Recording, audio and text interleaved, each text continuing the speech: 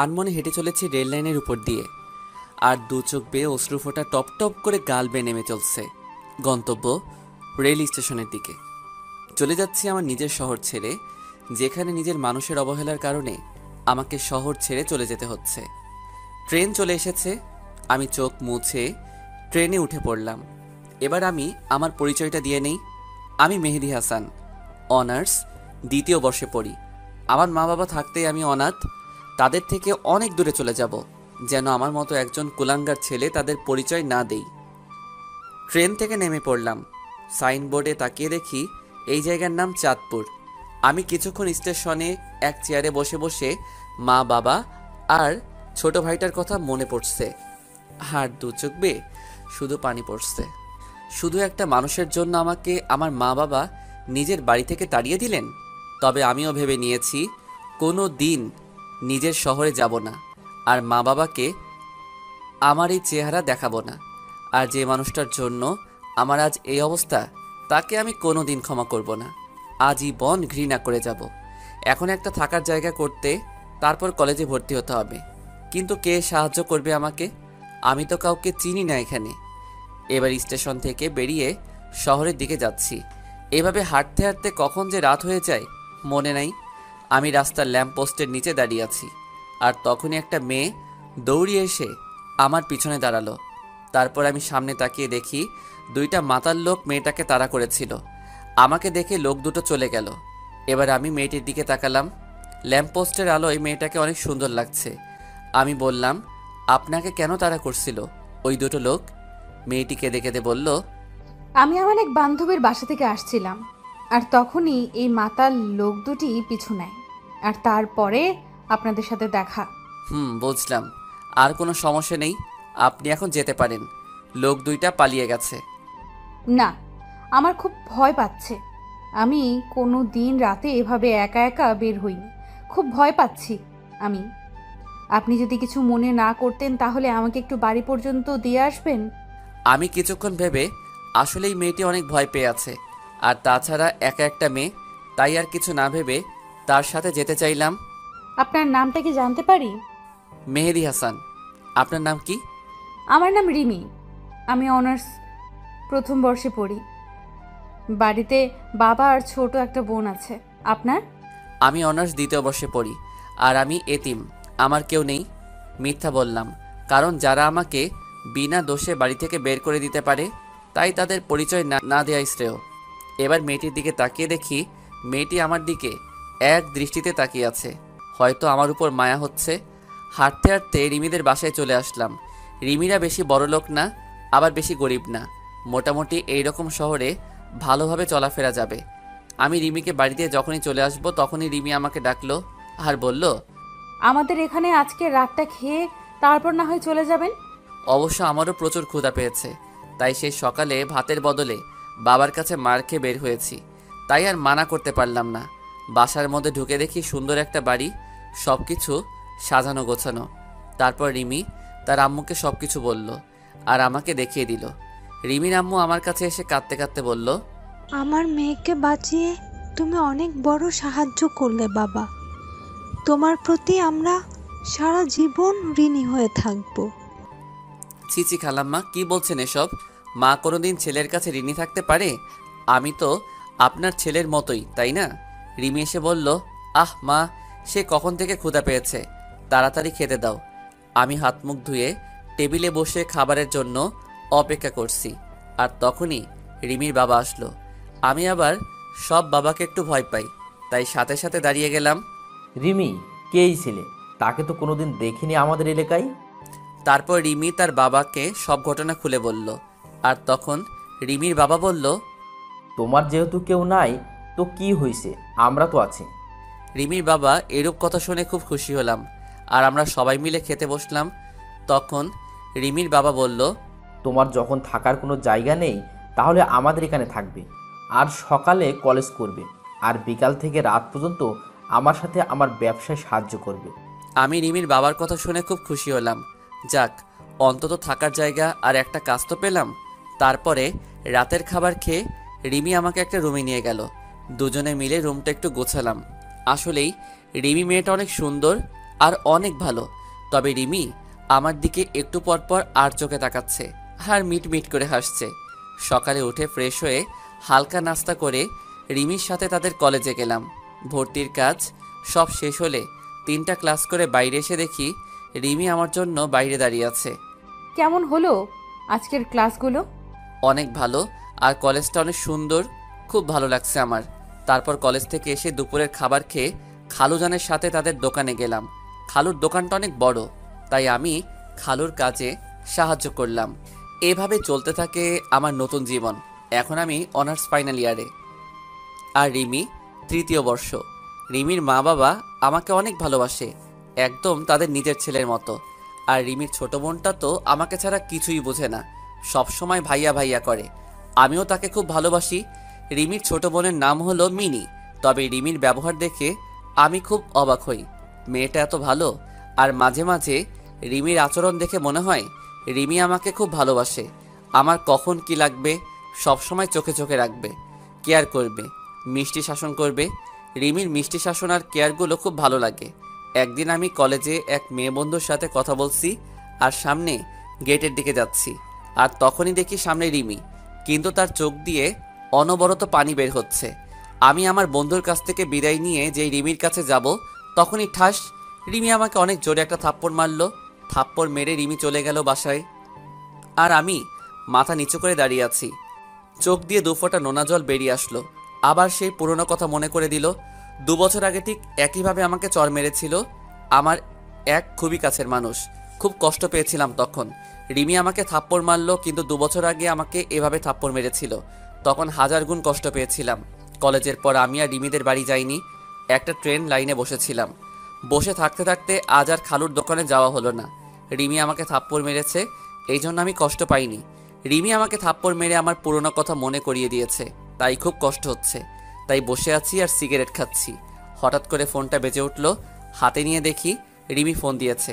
আমি রিসিভ না করে ফোনটা সাইলেন্ট করে রেখে দিলাম। আবার পুরনো কথা ভাবছি। ভাবতে ভাবতে রাত 10টা বেজে গেল। এবার ফোনটা হাতে নিয়ে দেখি খালুজানের 6 বার কল দিয়েছেন। আবার ফোন এসেছে খালুর। আমি রিসিভ করলাম। খালু বলল, মেহেদি, তুমি কোথায়? কত টেনশন হচ্ছে, তুমি তাড়াতাড়ি বাসায় আসো। জি খালু, আসছি। কিছুক্ষণ হাঁটার পর বাড়ি চলে আসলাম। কলিং বেল চাপতেই খালা দরজা খুলে দিল। কোথায় ছিলে তুমি বাবা? সে কখন থেকে বসে আছি। যাও হাত মুখ ধুয়ে আসো। জি খালা, আসছি। তারপর ভিতরে ঢুকতেই মিনি, আমার পিচ্চি বোনটা দৌড়িয়ে এসে আমাকে জড়িয়ে ধরে কান্না করছে আর বলছে, ভাইয়া কোথায় ছিলে তুমি? জানো আমি কত কান্না করছি তোমার জন্য, আর আপু এখনো কান্না করছে তুমি আসোনি তাই। আর হবে না আমার পাগলি বোনটি, এবারের মতো ক্ষমা করে দাও আমাকে। কিন্তু রিমি কান্না করছে শুনে খুব খারাপ লাগছে। আমি এবার রিমি রুমের দিকে গেলাম আর রিমি বলে ডাক দিলাম। রিমি আমার দিকে যেই তাকালো আমি তো ভয় পেয়ে গেলাম। রিমির চোখ লাল ফুলে আছে, হয়তো কান্না করে এ অবস্থা হয়েছে। এবার রিমি দৌড়িয়ে এসে আমাকে জড়িয়ে ধরে জোরে জোরে কান্না করে দিল। আমি তো বেশ অবাক হলাম। কোথায় ছিলে তুমি? জানো আমি কত টেনশনে ছিলাম। আমি মনে করেছি তুমি আমাদের ছেড়ে চলে গেছো। তুমি আমায় ছেড়ে কোথাও যাবে না, আগে প্রমিস করো। আমি রিমিকে বুক থেকে সরিয়ে দিয়ে বললাম, কোথায় যাব আমি? তোমরা ছাড়া তো আর কেউ নেই আমার, তাহলে কোথায় যাব বলো আমি? মনে থাকে যেন, আর যেখানে যাবে আমাকে বলে যাবে। তাহলে আমাকে কলেজে ওইভাবে সবার সামনে থাপ্পড় মারলে কেন? তাহলে তুমি ওই মেয়েটার সাথে অমনভাবে হেসে কথা বলছিলে কেন? তুমি জানো কতটা কষ্ট হয়েছিল? কই হেসে কথা বলছি? আর ও তো আমার ক্লাসমেট, ওর সাথে তো কথা বলতেই পারি। আর ওর সাথে কথা বলেছি তো তোমার কি? আমার কি মানে? আমি তোমাকে ভালোবাসি। আমি নিজের জীবনের থেকেও তোমাকে ভালোবাসি। তোমার সরলতাকে আমি ভালোবেসে ফেলেছি। এবার আমি রিমির থেকে এক ঝাটকায় দূরে সরে আসলাম। কি বলছো এসব তুমি? জানো তুমি কি বলছো? আরে হয় না রিমি, আমি একজন এতিম। তোমার বাবা আমাকে আশ্রয় দিয়েছেন, আমি তার সাথে বিশ্বাসঘাতকতা করতে পারবো না। আর তাছাড়া তোমার বাবা জানতে পারলে আমাকে কোনোদিন ক্ষমা করবেন না। আমাকে তুমি ভুলে যাও। রিমি এবার জোরে জোরে কান্না করতে লাগলো আর বলল, আমি বাবাকে সব বুঝিয়ে বলবো। প্লিজ আমাকে ফিরিয়ে দিও না। প্লিজ রিমি, এমন পাগলামি করো না। আর সবাই বাড়িতে আছে, কেউ শুনে ফেলে দিলে আমায় সবাই ভুল বুঝবে রিমি। আমি আর কথা না বাড়িয়ে যেই রিমি রুম থেকে বাইরে আসবো, তখন দেখি রিমির মা দরজার পিছনে দাঁড়িয়ে আছে। হয়তো সব শুনে ফেলে দিছে। আমি রিমির মার দিকে তাকিয়ে দেখি রিমির মা কান্না করছে। হয়তো রিমির চোখে পানি। রিমির মা সহ্য করতে পারিনি। রিমির মার কাছে গিয়ে বললাম, খালাম্মা, রিমির কোনো দোষ নেই, সব দোষ আমার। ওকে কিছু বলবেন না। আর কাল সকালে আমি এই শহর ছেড়ে চলে যাব। শুধু আজকে রাতটুকু থাকতে দিন। খালাম্মা কিছু বলল না, শুধু চোখ দিয়ে পানি পড়ছে। আমি এই বলে নিজের রুমে চলে আসলাম আর রুমের দরজা বন্ধ করে দিলাম আর কান্না করতে লাগলাম। আবার সেই 2 বছর আগে পুরনো কথা মনে পড়ে গেল। সেদিনও ঠিক এভাবে আমাকে একজন জড়িয়ে ধরেছিল আর এই কথাগুলো বলেছিল। তবে সেই কথাটা মিথ্যা কথা আর অভিনয় হতে পারে, এটাই আমার ন্যায্য পাওনা। পুরনো কথা ভাবতে ভাবতে আবার চোখ দিয়ে অনবরত পানি পড়ছে। এভাবেই সারা রাত কাটিয়ে দিলাম। আর এদিকে রিমির মা রাতে ঘটে যাওয়া সব কাহিনী রিমির আব্বুকে বলল। রিমির আব্বু বলল, ছেলেটা বেশ ভালো, খুব সহজ সরল, যেটা বলি সেটাই শুনে, কোনোদিন কথার প্রতিখেলাপ করেনি। আর ছেলেটা ভালো শিক্ষিত, রিমির সাথে ভালো মানাবে। আর মিনিকে একেবারে ছোট বোনের মতো দেখে। তাই ভাবছি কাল সকালে মেহেদির সাথে কথা বলে রিমির সাথে বিয়ের কথাটা সেরে ফেলবো। পরের দিন খুব সকালে উঠে আমি আমার ব্যাগপত্র গুছিয়ে রিমির বাবার জন্য একটা চিঠি লিখে সেটা বিছানার উপর বাড়ি থেকে বেরিয়ে পড়লাম। আবার রেল স্টেশনের দিকে হাঁটতে থাকলাম। আবার কোনো অন্য শহরে চলে যেতে হবে, এটা ভেবেই খুব কান্না পাচ্ছে যে রিমি মেয়েটা খুব ভালোবাসে আমায়। আর পাগলি বোনটিকে খুব মিস করব। খালা খালুকে খুব মনে পড়বে। কিন্তু কিছু করার নেই। আমি ট্রেনের জন্য স্টেশনে বসে আছি। ট্রেন আসতে 1 ঘন্টা দেরি হবে। আর এদিকে রিমির মা ঘুম থেকে উঠে রিমির কাছে গিয়ে কাল রাতের কথা সব বলল রিমির কাছে। রিমি তা শুনে প্রায় পাগলের মতো হয়ে গেল খুশিতে, তার মাকে জড়িয়ে ধরল। এবার রিমি দৌড়িয়ে মেহেদি রুমে গেল। আর যখনই দরজায় নক করতে যাবে তখন দেখে দরজা খোলা রয়েছে। রিমি তখন রুমের ভিতর যেয়ে দেখে মেহেদি নেই আর মেহেদির জামা কাপড় ব্যাগ বইপত্র কিছু নেই। তখনই চোখ গেল বিছানার উপর। রিমি চিঠিটা হাতে নিয়ে পড়তে থাকলো।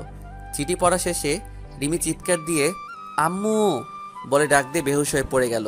সাথে মেহেদি রুমে গিয়ে দেখে রিমি বেহুশ হয়ে পড়ে আছে।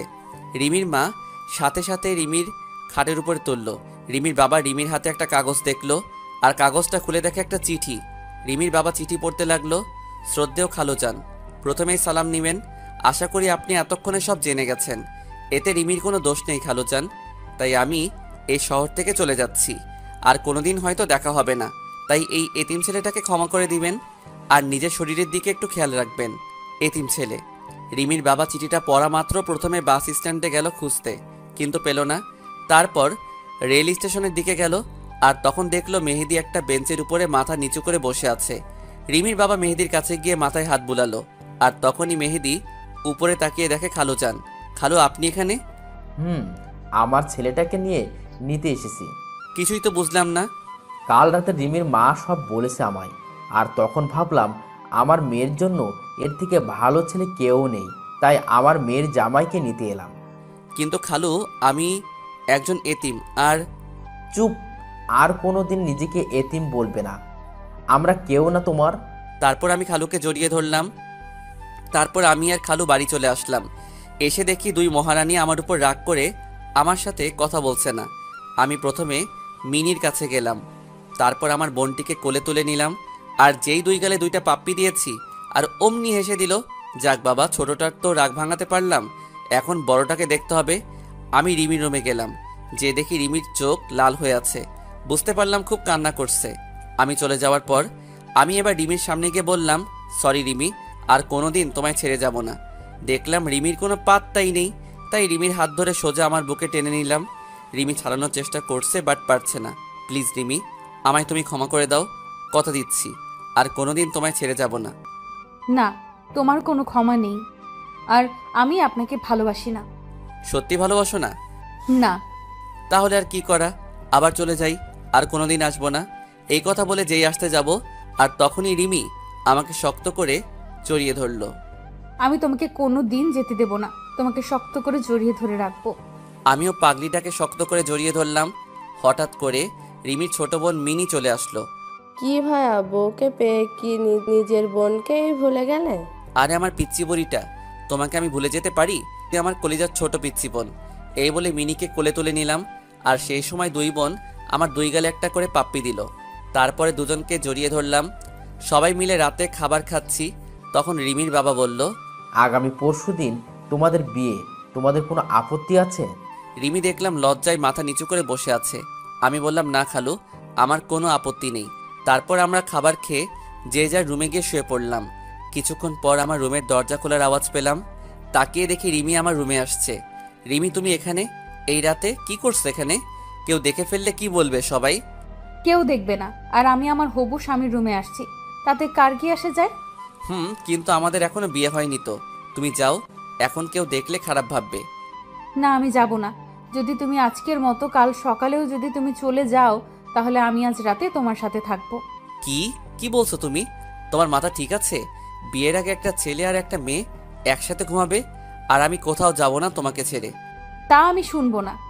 আমি আজ এখানেই তোমার সাথে ঘুমাবো, আর কেউ যদি আমাকে রাখতে না চায় তাহলে আমি সারা রাত বসে বসে কান্না করব। আচ্ছা ঠিক আছে, তুমি বিছানায় ঘুমাও, আমি নিচে শুয়ে পড়ছি। না, তুমি আমার সাথে বিছানায় ঘুমাবে। এই চিল্লাচ্ছ কেন? কেউ শুনে ফেলবে। তুমি বিছানায় না আসলে আমি আরো চিল্লাবো। আচ্ছা ঠিক আছে, বিছানায় ঘুমাবো।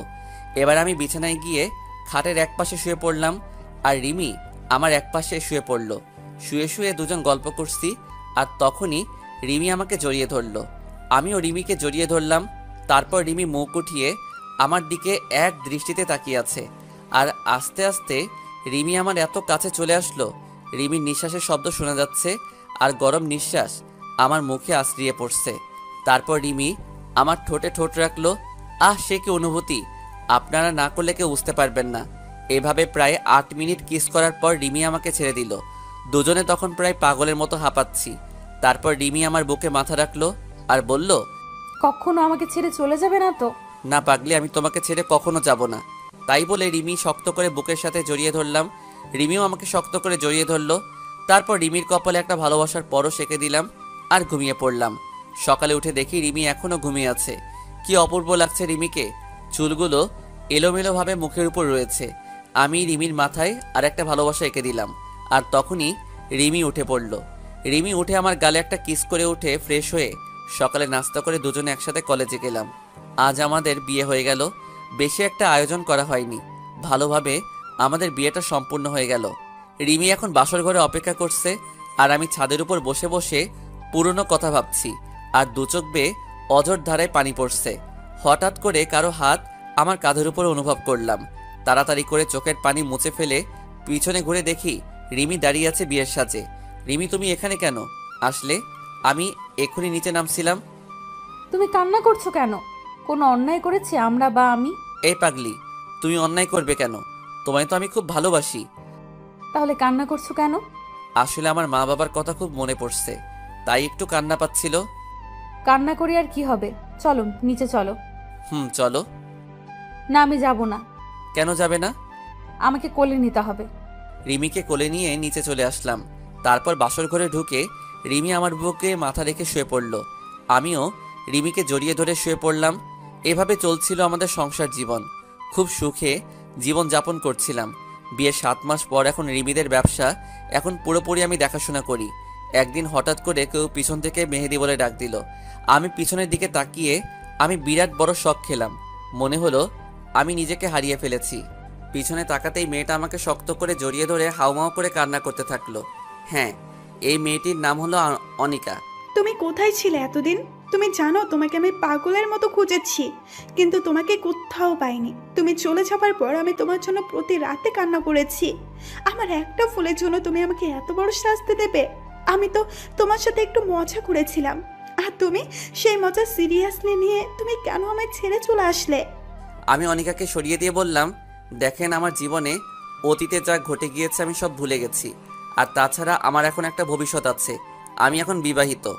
অনিকা আমার কাছ থেকে এই কথা মনে হয় আশা করেনি, তাই অনিকা আমার দিকে অবাক চোখে তাকিয়ে আছে, আর দু চোখ বেয়ে পানি পড়ছে। আমি চাই না যে তুমি আমাদের বিবাহিত জীবনে দেয়াল হয়ে দাঁড়াও। তোমার ওই দিনের ঘটনার পরে তোমাকে সবচেয়ে বেশি ঘৃণা হয়। তোমার কথা মনে পড়লে আমার প্রচণ্ড রকমের রাগ হয়, আর তোমার জন্য আমি আমার বাবা মা আমাকে ভুল বুঝলো, আমাকে বাড়ি থেকে তাড়িয়ে দিল। তাই তুমি আমার সামনে আসবে না। তোমাকে আমার একদম সহ্য হয় না, তাই তুমি না আসলে আমি বেশি খুশি হব। অনিকা কান্না করতে করতে চলে গেল। আমি হঠাৎ করে পিছনে তাকিয়ে দেখি রিমি দাঁড়িয়ে, আর রিমির চোখ দিয়ে টপ টপ করে পানি পড়ছে। হয়তো রিমি সব শুনে ফেলেছে। আমি রিমিকে দেখে কোনো অবাক হইনি, কারণ সত্য কথা কোনোদিন চাপা থাকে না। এবার আমি রিমির সামনে গেলাম। রিমি আমাকে শক্ত করে জড়িয়ে ধরে কান্না করতে থাকলো। আমিও রিমিকে শক্ত করে জড়িয়ে ধরলাম। কে ওই মেয়েটা তোমাকে জড়িয়ে ধরে ভালোবাসি বললো? আমার অতীত। তুমিই তো বলেছিলে তুমি এতিম, তোমার কেউ নেই। তাহলে আমার সাথে মিথ্যা বললে কেন? আমি তখন পরিস্থিতির শিকার ছিলাম, আর আমার মা বাবা ছোট ভাই সবাই আছে। রিমি এবার আবার শক্ত করে জড়িয়ে ধরে বলল, আমাকে ছেড়ে যাবে না তো কোনোদিন? কান্না করে বলল, না আমার পাগলি বউ, তোমাকে ছেড়ে কোথাও যাব না। তাহলে আমাকে বলতে হবে তোমার অতীতের কথা। ভালো, আপনার গল্পগুলো আমার কাছে অনেক ভালো লাগে। বলতে গেলে আপনার প্রেমে পড়ে গিয়েছি। কি বললেন? কার প্রেমে পড়েছেন আপনি? সরি, আপনাকে না, আপনার গল্পের প্রেমে পড়ে গিয়েছি। ও ধন্যবাদ, বাঁচালেন আমাকে। আমি তো ভয় পেয়ে গিয়েছিলাম। এদিকে বারবার আম্মু ডাকছে, কলেজে দেরি হয়ে যাবে। ভাই আম্মু ডাকছে, কলেজ যেতে হবে। তাই বলে আমি অফলাইন হয়ে গেলাম। আমি ঘুম থেকে উঠে হালকা নাস্তা করে কলেজে চলে আসলাম। আমি আমার রুমে যেই ঢুকতে যাব, তখনই একটা মেয়ের সাথে ধাক্কা লেগে মেয়েটি পড়ে গেল। আমি সরি বলে চলে আসলাম আমার সিটে। আমি একবার পিছনে তাকিয়ে দেখি মেয়েটা রাগী চেহারায় আমার দিকে তাকিয়ে রয়েছে। আমি এত কিছু না ভেবে ক্লাসে মনোযোগ দিলাম। এভাবে সব ক্লাস করে কলেজ থেকে বাড়ি আসছি। তখনই আমার পিছন থেকে কে যেন শার্টের কলার ধরে টেনে ধরলো। আমি পিছনে ঘুরতেই দেখি সকালে যে মেয়ের সাথে ধাক্কা লাগলো সেই মেয়েটি। ওই সকালে আমাকে ওভাবে ধাক্কা দিয়ে ফেলে চলে গেলি, আবার আমাকে না তুলে চলে গেলি কেন? সরি বললাম তো তখন, তাহলে আবার কেন আমার কলার ধরলেন? ওই পিচ্ছি, তুই জানিস আমি কে? তোর সিনিয়র আমি, আর তুই আমাকে তুই করে বলে? দাঁড়া, তোর কি অবস্থা করি দেখ, আর যেন কোনোদিন তোরা আমার সামনে না দেখি। ওরা চলে গেল আর আমি ওখানে মাথা নিচু করে দাঁড়িয়ে থাকলাম। তবে মেয়েটি রাগলে খুব সুন্দর লাগে, একদম আমার স্বপ্নের রাজকুমারী। রাগলে আর তার ঠোঁট দুটো একদম লালা হয়ে যায়। আমি তো রাজকুমারীর প্রেমে পড়ে গেলাম। মনে হচ্ছে গাল দুইটা ধরে শুধু চুমু খাই। আমি চলে আসছি, তখন আমার এক বন্ধু বলল, কি রে, ওয়ানিকা থেকে মারলো কেন? তাহলে মেয়েটির নাম অনিকা? বাহ, নামের সাথে চেহারার কত মিল। কি রে, কি ভাবছিস? আর জানিস ওয়ানিকাকে? ওয়ানিকা হলো এই এলাকার নেতার মেয়ে, সেজন্য এত দেমাগর। সব ছেলেরা ওকে ভয় পায়। কিন্তু আমি ভয় পাই না। দোস্ত, তুই আমাকে নিয়ে চিন্তা করিস না, দেখিস একদিন অনিকা আমার হবে। মানে কি বলতে চাস তুই? আমি তো কিছুই বুঝতে পারছি না। আমার অনিকাকে খুব ভালো লেগেছে। তার রাগী মাখা চেহারা যেন কোনো রাজকুমারী। অনিকা রাগলে তার গাল দইটা লাল হয়ে যায়। আনিকার বাবা জানলে কিন্তু তোকে ছাড়বে না। সে পরে দেখা যাবে। চল আগে দুইটা সিগারেট খেয়ে বাসায় চল। তারপর সিগারেট শেষ করে আমি বাসায় চলে আসলাম। এসে ফ্রেশ হয়ে একটু ফেসবুকে ঢুকলাম। দেখলাম সকালে সেই বৃষ্টি আইডি থেকে মেসেজ এসেছে। দেখলাম সে অনলাইনে আছে। আপনি কোন কলেজে পড়েন? KMH সরকারি কলেজ। আপনি কোন কলেজে পড়েন? আমিও তো ওই কলেজে পড়ি। কোন ইয়ারে পড়েন আপনি? অনার্স থার্ড ইয়ারে। আপনি কোন ইয়ার? আমি সেকেন্ড ইয়ার। তাহলে কাল 10টায় বড় আম গাছের নিচে আসবেন। আমি আপনাকে দেখব, যে এত সুন্দর গল্প লিখে, তাকে একটু দেখব। ঠিক আসবো, এখন বাই। পরের দিন আমি একটু দেরি করে কলেজে গেলাম, যে দেখি অনিকা সেই আম গাছের নিচে একা দাঁড়িয়ে আছে, আর মনে হয় কারোর জন্য অপেক্ষা করছে। তারপর আমাকে সেই মেয়েটি মেসেজ দিল, লেখক সাহেব কোথায় আপনি? আপনি কোথায় আছেন? আর আমি কলেজে চলে আসছি। আমি আম গাছের নিচে দাঁড়িয়ে আছি। আমি আবার গাছের নিচে তাকালাম, দেখি অনিকা ছাড়া আর কেউ নেই। এবার আমি মনে মনে একটু খুশি হলাম। তাও শিওর হওয়ার জন্য আমি আবার ওকে মেসেজ দিলাম, আপনি কি হলুদ ড্রেস পরে আছেন? তাহলে আপনি চলে আসেন, আমি আপনাকে দেখব। এবার আমি মনে মনে প্যান্ট ড্যান্স দিচ্ছি। আমি লুঙ্গি পরিনি, তাই প্যান্ট পরে একটু ড্যান্স দিলাম। তখন আমি ভাবলাম, ওকে এভাবে দেখা দেওয়া যাবে না, আমাকে সবার সামনে চড় মারা, তাই না? এবার দেখো আমি কি করি ম্যাডাম। আমি আপনার সাথে দেখা করতে পারবো না। কেন পারবেন না? আমি কি কোনো অপরাধ করেছি? আপনার অনেক দোষ আছে। কি অপরাধ বলেন? যদি সত্যি আমি কোনো অপরাধ করে থাকি, তাহলে সেইগুলো আমি সব শুধরিয়ে নিব। তুমি তোমার বাবার পাওয়ার কলেজে দেখাতে পারবে না, আর সবার সাথে ভালো ব্যবহার করতে হবে। আর গতকাল যাকে কলেজ শেষে চড় মারছো তাকে সরি বলতে হবে, আর তার ফ্রেন্ডশিপ করতে হবে। যদি এসব কথা মানতে পারো তাহলে আমার সাথে তুমি দেখা করতে পারবে। আমি রাজি, আমি সব করতে পারবো। তারপর আমি ক্লাসরুমে যাচ্ছি, তখন অনিকা আমার সামনে আসলো। কাল তোকে চর মারার জন্য সরি, আর আমরা কি ফ্রেন্ড হতে পারি? এবার আমি না করে দিলাম, অনিকাকে একটু ভোগাতে হবে। আমিও কম কিসের, আমাকে চর মারা, তাই না? এবার দেখবে কত ধানে কত চাল। কেন করব না আমার সাথে বন্ধু? আরে আমি বললাম তো, কালকের জন্য সরি। আমি আপনার সাথে বন্ধুত্ব করব না। আপনি একটু ভালো না, সবসময় ছেলেদের সাথে খারাপ ব্যবহার করেন। যদি আবার আমার সাথে করেন। আমি বললাম তো সরি। আর কালকে আমার মাথা ঠিক ছিল না, একটু রাগ করে বাসা থেকে বের হয়েছিলাম, তাই তোকে ওই চটটা মারছিলাম। ও তাহলে ওনের উপর রাগ আমার উপর ঝাড়লেন? আমি আসলেই সরি। আর কোনোদিন তোকে কেন আর কোনো ছেলেকে মারবো না। এবার তো আমার সাথে বন্ধুত্ব কর। ওকে বন্ধু করতে পারি, কিন্তু আমার একটা শর্ত আছে। কি সত্য বল। আমি যা বলবো তাই শুনতে হবে। আর এইসব ছেলেদের কাপড় পরা যাবে না। আর সবার সাথে ভালো আচরণ করতে হবে। ওই পিচ্ছি, তুই আমার হুকুম করার কে? আর আমি তোর কথা মানতে পারবো না। ওকে, তাহলে আমিও তোমার সাথে বন্ধুত্ব করতে পারবো না। আচ্ছা, তোর সত্ত্বে আমি রাজি। আচ্ছা, আমি এখন ক্লাসরুমে যাই। আর হ্যাঁ, আর একটা কথা, কলেজ শেষে আমার জন্য দাঁড়িয়ে থাকবা, একটা কাজ আছে। তাই বলে আমি ক্লাসরুমে চলে আসলাম। আসলে অনেকে জানে না যে ফেসবুকের মেহেদি হাসান আর আমি একই মানুষ। আসলে কোনোদিন পিক দেইনি তো, তাই চিনতে পারিনি। এসে দেখি স্যার এখনও ক্লাসে আসেনি, তাই একটু ফেসবুকে ঢুকলাম। ফেসবুকে ঢুকে দেখি অনিকা মেসেজ দিয়েছে আর অ্যাক্টিভও আছে। তুমি যা বলছো আমি তাই করেছি। আমি ওই ছেলেটার সাথে বন্ধুত্ব করেছি। এবার তো তুমি আমার সাথে দেখা করো। আমি বলেছি তো, আমার যখন সময় হবে তখন আমি নিজেই তোমার সাথে দেখা করব। তোমাকে যে কাজটুকু করতে দেওয়া হয়েছে সেইটুকু আগে করো। তাই বলে আমি অফলাইন হয়ে গেলাম আর ক্লাসে মনোযোগ দিলাম। ক্লাস শেষে আমি বাইরে এসে দেখি অনিকা একা একা সেই বড় আম গাছটার নিচে দাঁড়িয়ে আছে। আমি অনিকার কাছে গিয়ে বললাম, চলো আজ দুজন মিলে ঘুরতে যাব আর ভালো একটা রেস্টুরেন্টে দুপুরে খাবার খাবো। অনিকা আমার কথা শুনে সোজা আমার কলার ধরে বলল, কি বললি তুই? আমি তোর সাথে ঘুরতে যাব? তুই ভাবলি কি করে? ঘুরতে না গেলে বন্ধুত্ব আমি করব না তোমার সাথে। তারপর অনিকা কিছুক্ষণ ভেবে বলল, ওকে আমি রাজি। তারপর আমি আর অনিকা একটা রিকশায় উঠে চলে আসলাম একটা নদীর তীরে। রিকশায় আসার সময় অনিকা আমার সাথে একটা কথাও বলেনি। তারপর আমরা একটা নদীর তীরে চলে আসলাম। অনিকা নদীর তীরে দাঁড়িয়ে আছে আর অনিকার চুলগুলো বাতাসে এলোমেলোভাবে উড়ে বেড়াচ্ছে। আর অনিকা সেই চুলগুলো কানের কাছে নিয়ে এসে বারবার চুল ঠিক করতে ব্যস্ত হয়ে পড়ছে। আহ, অনিকাকে কি সুন্দর লাগছে। মনে হচ্ছে আমি পিছন থেকে আলতো করে জড়িয়ে ধরে হাজারবার আমি তোমাকে ভালোবাসি বলতে ইচ্ছে করছে, কিন্তু ইচ্ছা থাকলে উপায় নেই। অনিকা বলল, ওই তোর নাম কি? আমার নাম মেহেদি হাসান। তারপর অনিকা আমার দিকে কেমন দৃষ্টিতে তাকিয়ে রইল। তারপর আরেকটু ঘোরাঘুরি করে চলে আসলাম একটা রেস্টুরেন্টে গিয়ে। তারপর কিছু খাবার খেয়ে যে যার বাড়ি চলে আসলাম। বাড়ি এসে ফ্রেশ হয়ে বিকালে বন্ধুদের সাথে একটু আড্ডা দিচ্ছি আর সিগারেট টানছি। আসলে আমি একটু একটু সিগারেট টানি। আর রাতের খাবার খেয়ে শুয়ে শুয়ে ফেসবুকে লগ ইন করে অনিকার সাথে কিছু কথা বলে ঘুমিয়ে পড়লাম। পরের দিন সকালে ঘুম থেকে উঠে ফ্রেশ হয়ে কলেজে চলে আসলাম। কলেজে এসে দেখি অনিকা এখনও আসেনি, তাই একটু বন্ধুদের সাথে আড্ডা দিচ্ছি। তখনই অনিকা আসলো। অনিকাকে আজকাল ড্রেস পরে অনেক সুন্দর লাগছে, মনে হচ্ছে আমার স্বপ্নের রাজকুমারী। তারপরে অনিকা তার বান্ধবীদের কাছে গেল আর মোবাইলের দিকে তাকিয়ে আছে, মনে হয় ফেসবুকে অ্যাক্টিভ আছে। তাই আমিও ফেসবুকে লগ ইন করলাম আর মেসেজ দিলাম, আজ তোমাকে অনেক সুন্দর লাগছে। এমনভাবে কলেজে আসলে তো আমি তোমার প্রেমে পড়ে যাব। আর তুমি চোখে কাজল দাওনি কেন?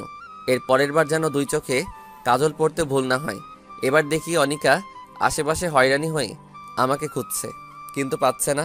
তখন আবার অনিকা মেসেজ দিল, কোথায় তুমি? প্লিজ একবার আমার সামনে আসো, তোমাকে দেখতে খুব ইচ্ছে করছে। আমাকে খুঁজে লাভ নেই, আর আমি সময় হলে তোমাকে দেখা দেব। এই বলে আমি অফলাইন হয়ে গেলাম আর আমি অনিকার সামনে গেলাম। আমি যাওয়াতে অনিকা কিছুটা বিরক্ত হলো মনে হলো।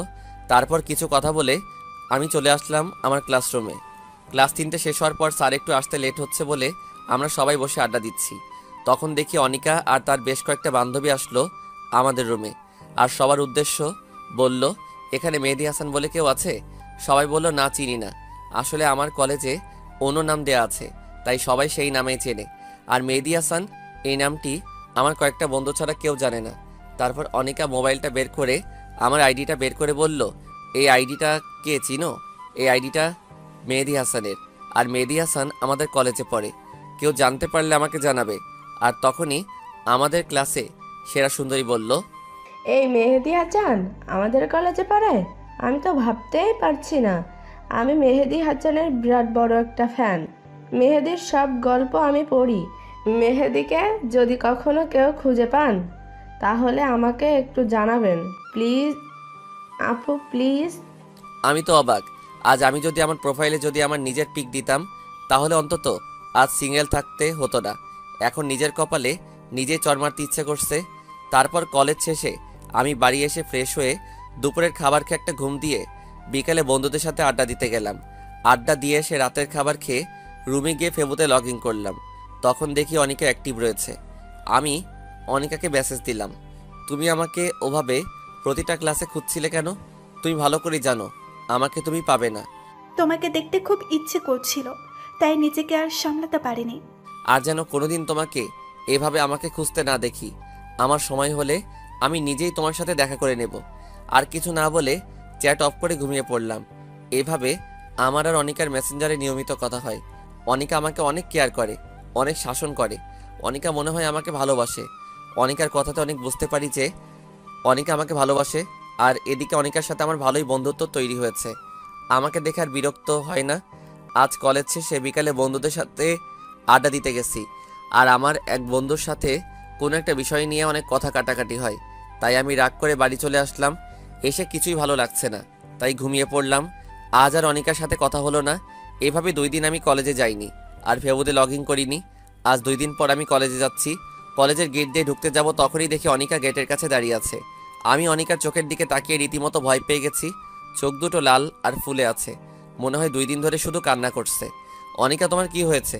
তোমার চোখ ফুটে আছে কেন? তারপর অনিকা সোজা আমার কলার ধরে টানতে টানতে 5তলা একটা বিল্ডিংয়ে নিয়ে যায়। এখানে সাধারণত কেউ আসে না, আর কোনো ক্লাসও হয় না। কি ব্যাপার, তুমি আমাকে এখানে নিয়ে আসলে কেন?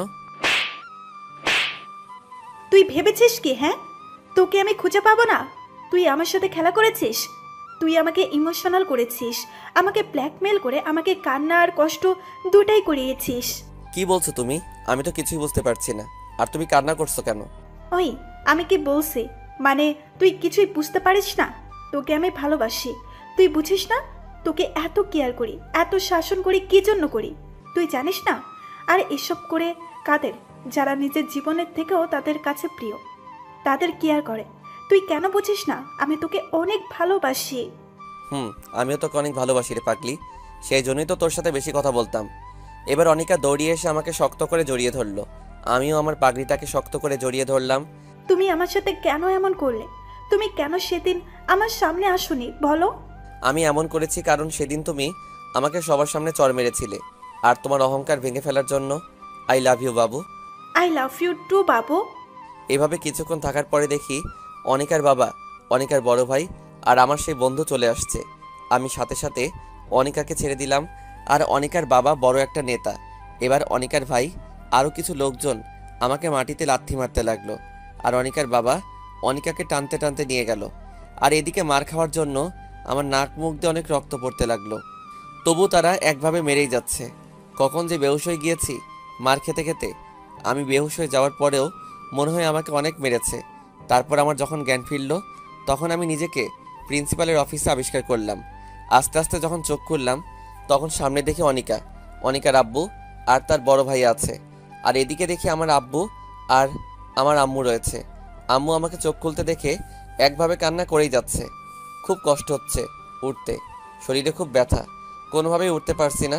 তখন আমার মা আমাকে সাহায্য করতে আসছিল, তখন বাবা মা আটকিয়ে দিল। আব্বু মনে হয় আমার উপর অনেক রাগ করে আছেন। এবার আমি অনিকার দিকে তাকালাম, দেখি অনিকা চুপ করে মাথা নিচু করে দাঁড়িয়ে আছে আর চোখ দুইটা লাল ও ফুলে আছে। এবার অনিকার বাবা বলা শুরু করলো, দেখুন প্রিন্সিপাল সাহেব, আমি আপনাকে অনেক সম্মান করি, সেহেতু আপনার উপর কোনো কথা বলবো না। আমি এই ছেলে আমার মেয়েকে গত 6 মাস ডিস্টার্ব করছে আর বারবার প্রেমের প্রস্তাব দিয়েছে। আমার মেয়ের যখন তার কথায় রাজি হয়নি তখন সে আমার মেয়েকে একা ডেকে নিয়ে গিয়ে ধস্তাধস্তি করার চেষ্টা করে। এখন আপনি যা মনে করেন তাই বিচার করুন। চাইলে আমার মেয়ে আনিকাকে প্রশ্ন করতে পারেন।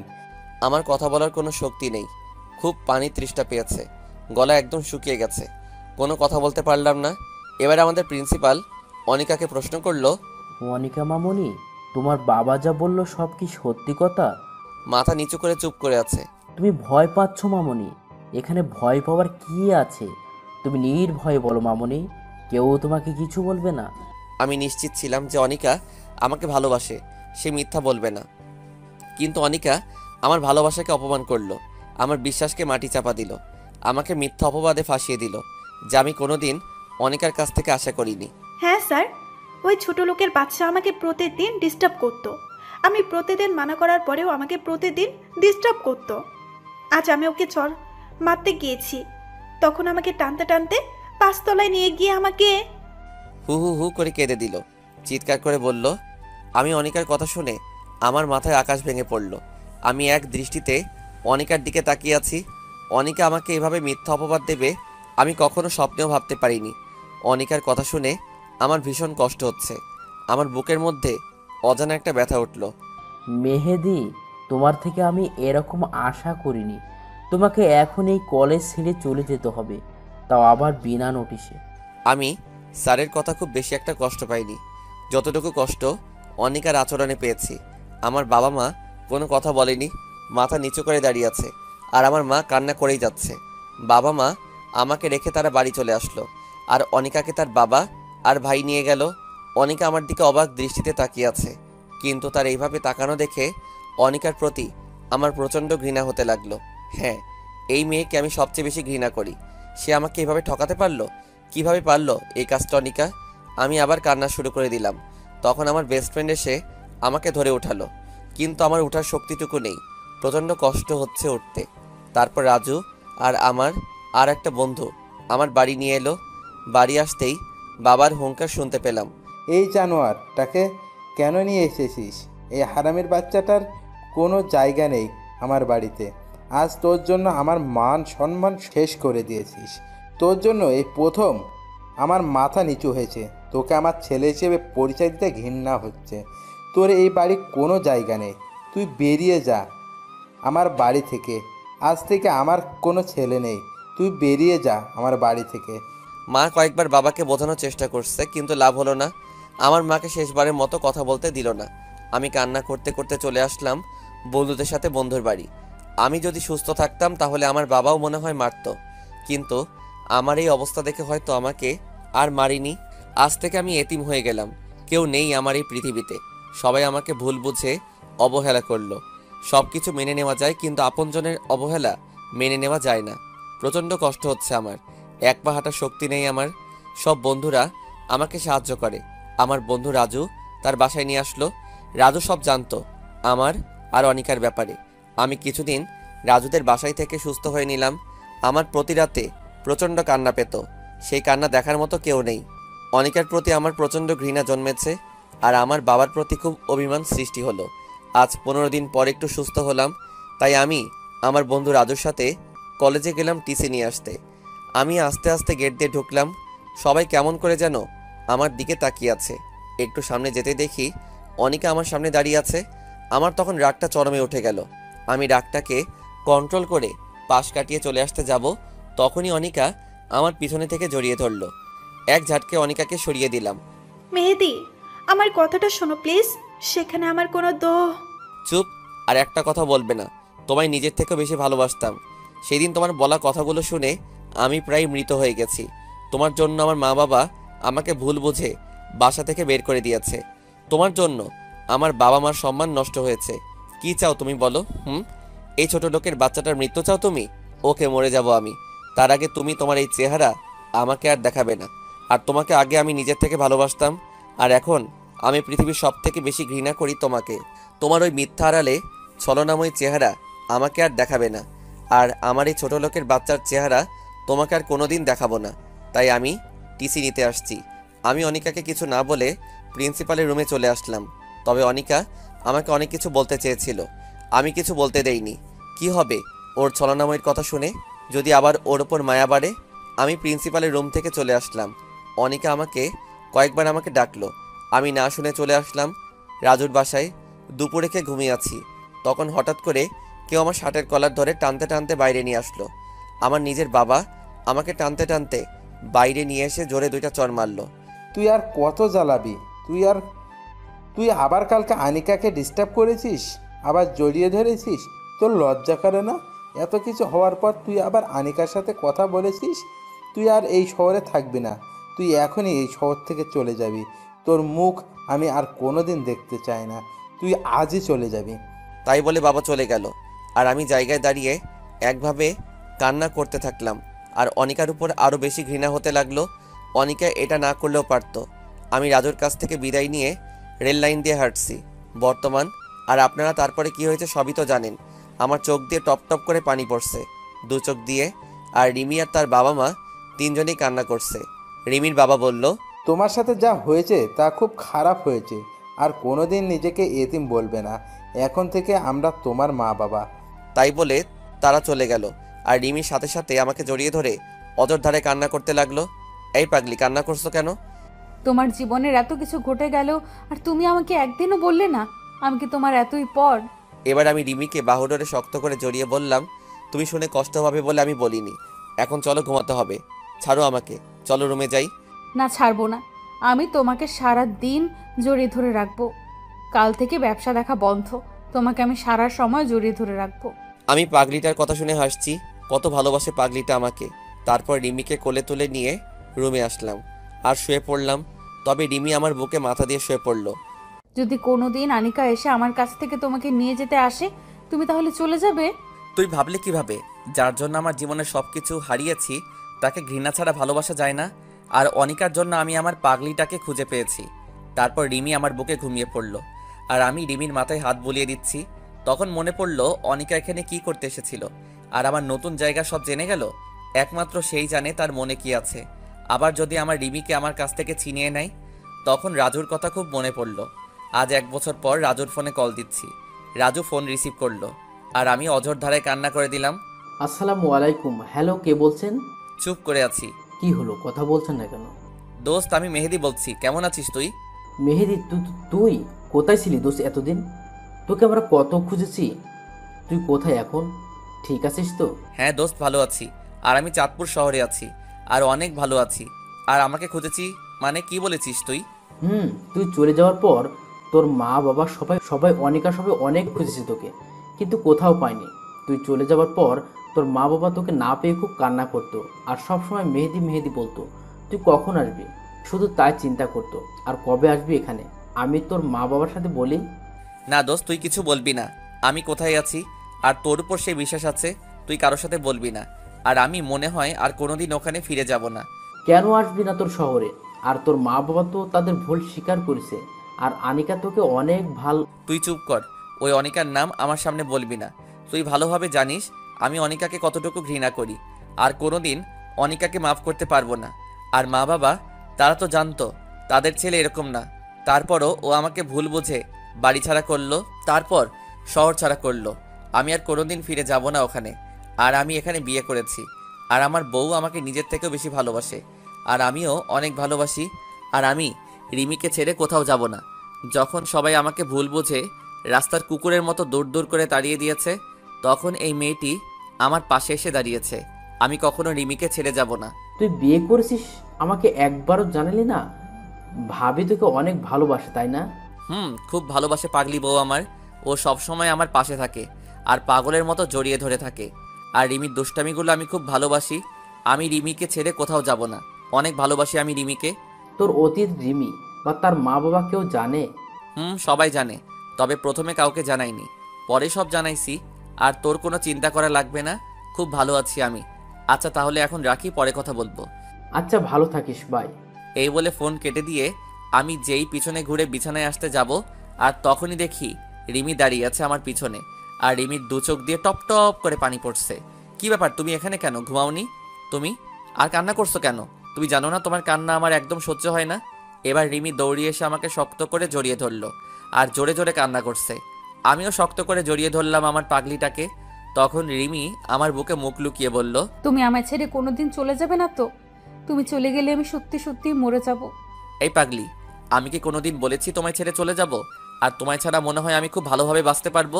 তোমায় ছেড়ে কোনোদিন কোথাও যাব না। তুমি আমাকে এভাবে সারা জীবন ভালোবাসবে তো? আমার পাগলি বউটা, তোমায় আমি এমনভাবে সারা জীবন ভালোবেসে যাব, এমনকি 50 বছর পর এমনভাবে আমার বউটাকে ভালোবাসবো। বুঝলেন ম্যাম? বুঝলাম।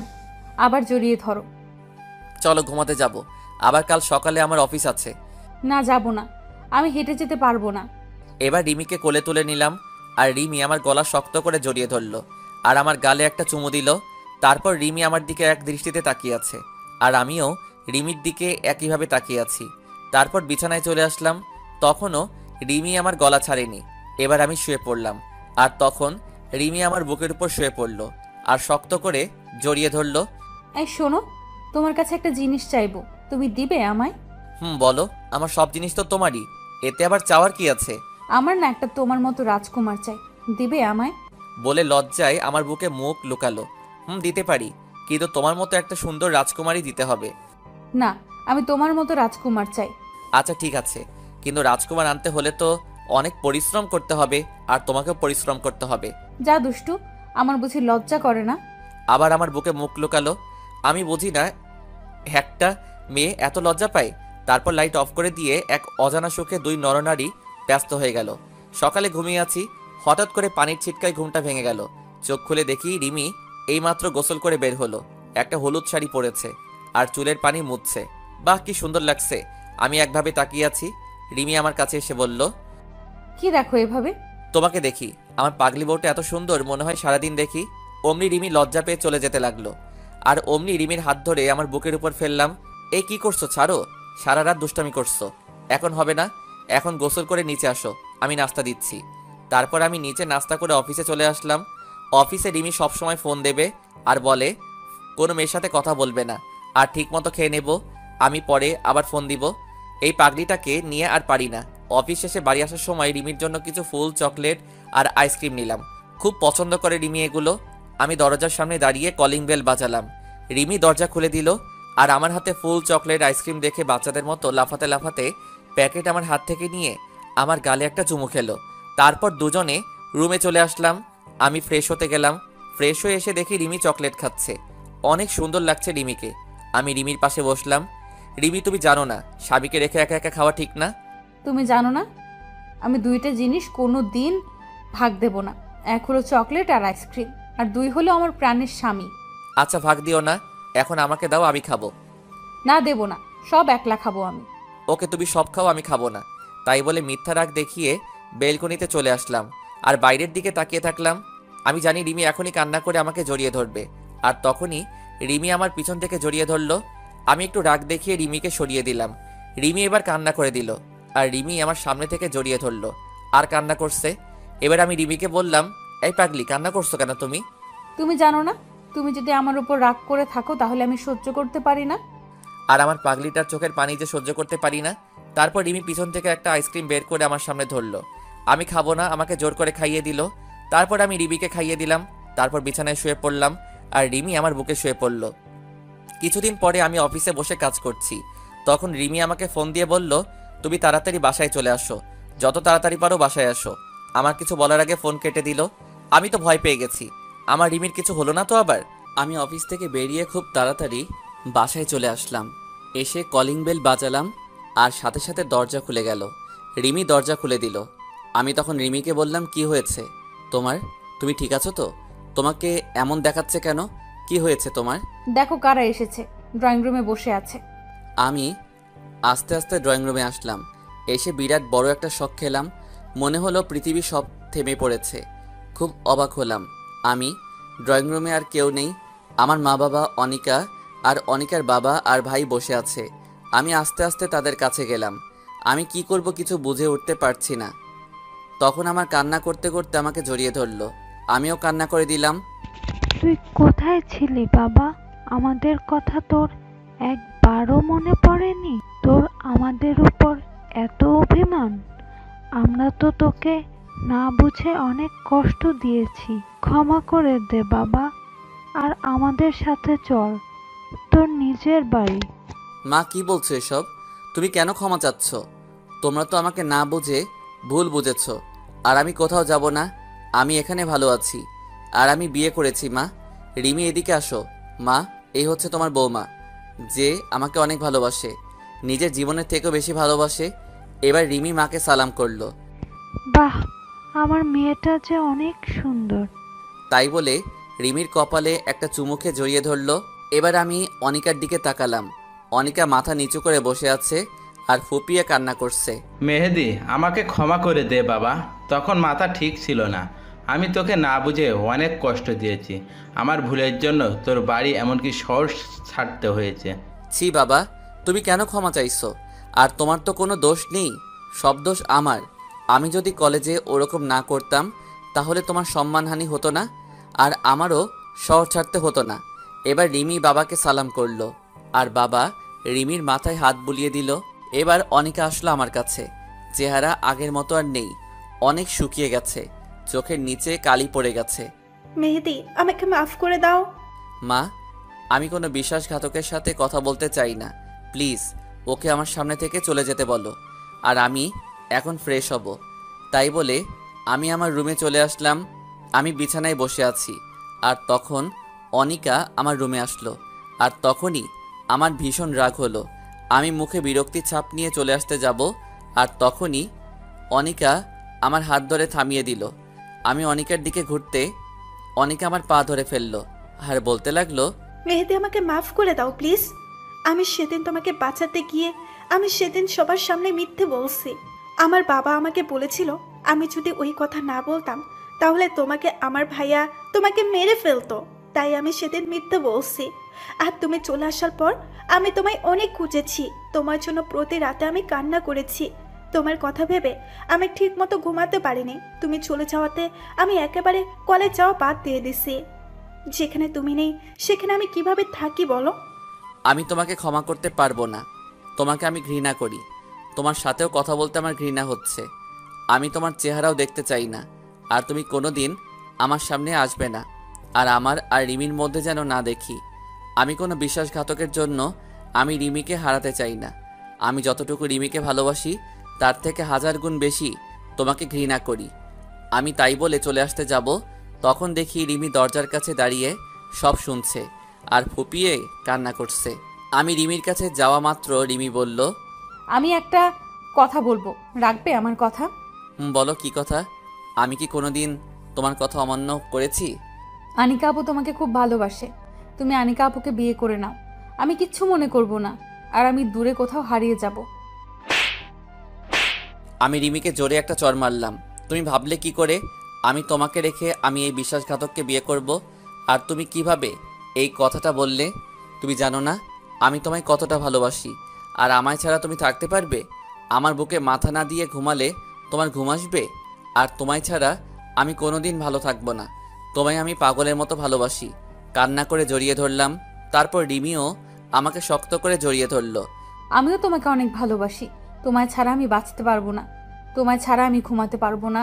আমাকে ছেড়ে চলে যেও না, তুমি চলে গেলে আমি আর বেঁচে থেকে কি হবে বলো? না পাগলি বউ আমার, তোমায় ছেড়ে কোনোদিন যাব না। অনিকা সব দেখছিল, আমার আর রিমির ভালোবাসা। তারপর অনিকা কান্না করতে করতে বাইরে চলে গেল।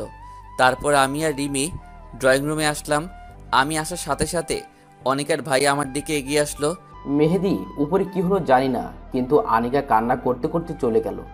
আগে যা হয়েছে সব ভুলে যাও, আর আমাদের সবাইকে ক্ষমা করে দাও।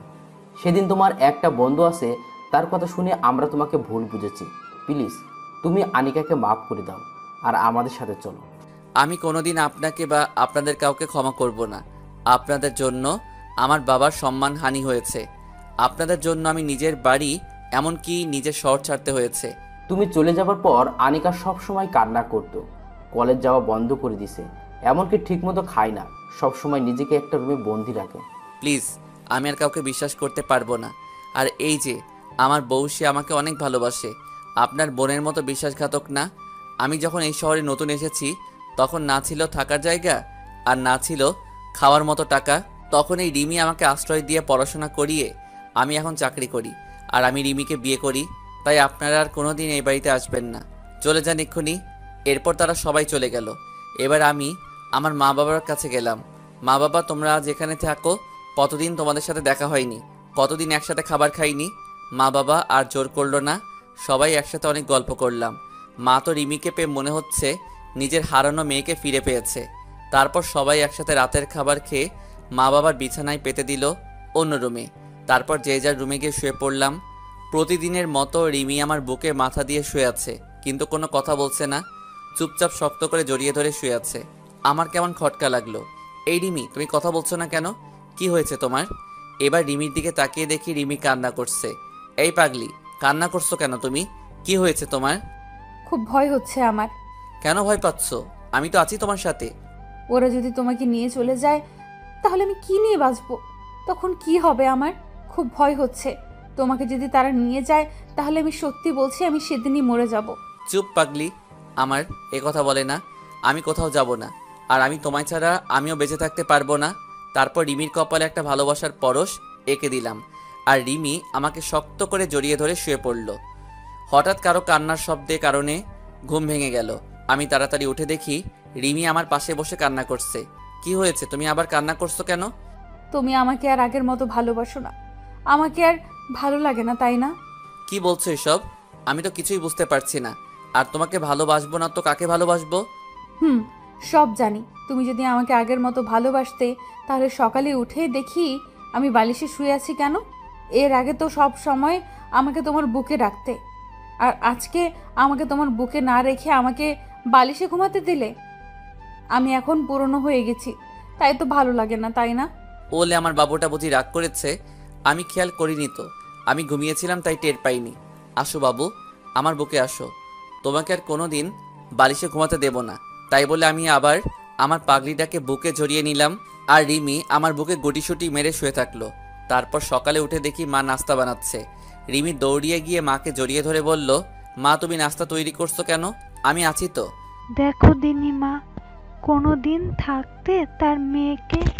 তারপর রিমি আর মা একসাথে নাস্তা তৈরি করলো। আমি নাস্তা শেষে অফিসে চলে গেলাম। অফিসে লাঞ্চ টাইমে বসে আছি, তখন হঠাৎ করে একটা আনকমন নাম্বার থেকে ফোন আসলো। আমি ফোন রিসিভ করে সালাম দিলাম, কিন্তু সে সালামের উত্তর না দিয়ে বলল, বাবা তুমি তাড়াতাড়ি বাড়ি আসো, খুব টেনশন হচ্ছে, তাড়াতাড়ি বাড়ি আয়। তাই বলে ফোনটা রেখে দিল। আমি বুঝতে পারলাম মা ফোন দিয়েছে। আমি তাড়াতাড়ি অফিস থেকে বাড়ি চলে আসলাম। এসে যা দেখলাম তা আমি কখনো প্রস্তুত ছিলাম না। আমি রিমি বলে জোরে একটা চিৎকার দিলাম। আমি বাসায় গিয়ে দেখি রিমি অচেতন হয়ে বিছানায় শুয়ে আছে, আর মা রিমির মাথায় হাত বুলিয়ে দিচ্ছে। আমি তাড়াতাড়ি রিমির পাশে গিয়ে রিমির মাথাটা আমার কোলে তুলে নিলাম। মা কি হয়েছে রিমির?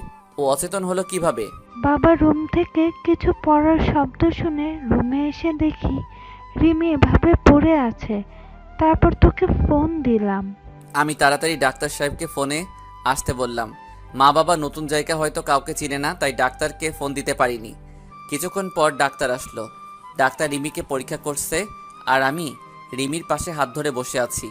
ডাক্তার একটা ইঞ্জেকশন দিয়ে দিল, আর বাইরে এসে বলল, মেহেদি সাহেব, আপনি মিষ্টি খাওয়ান তাড়াতাড়ি, আপনি বাবা হতে যাচ্ছেন।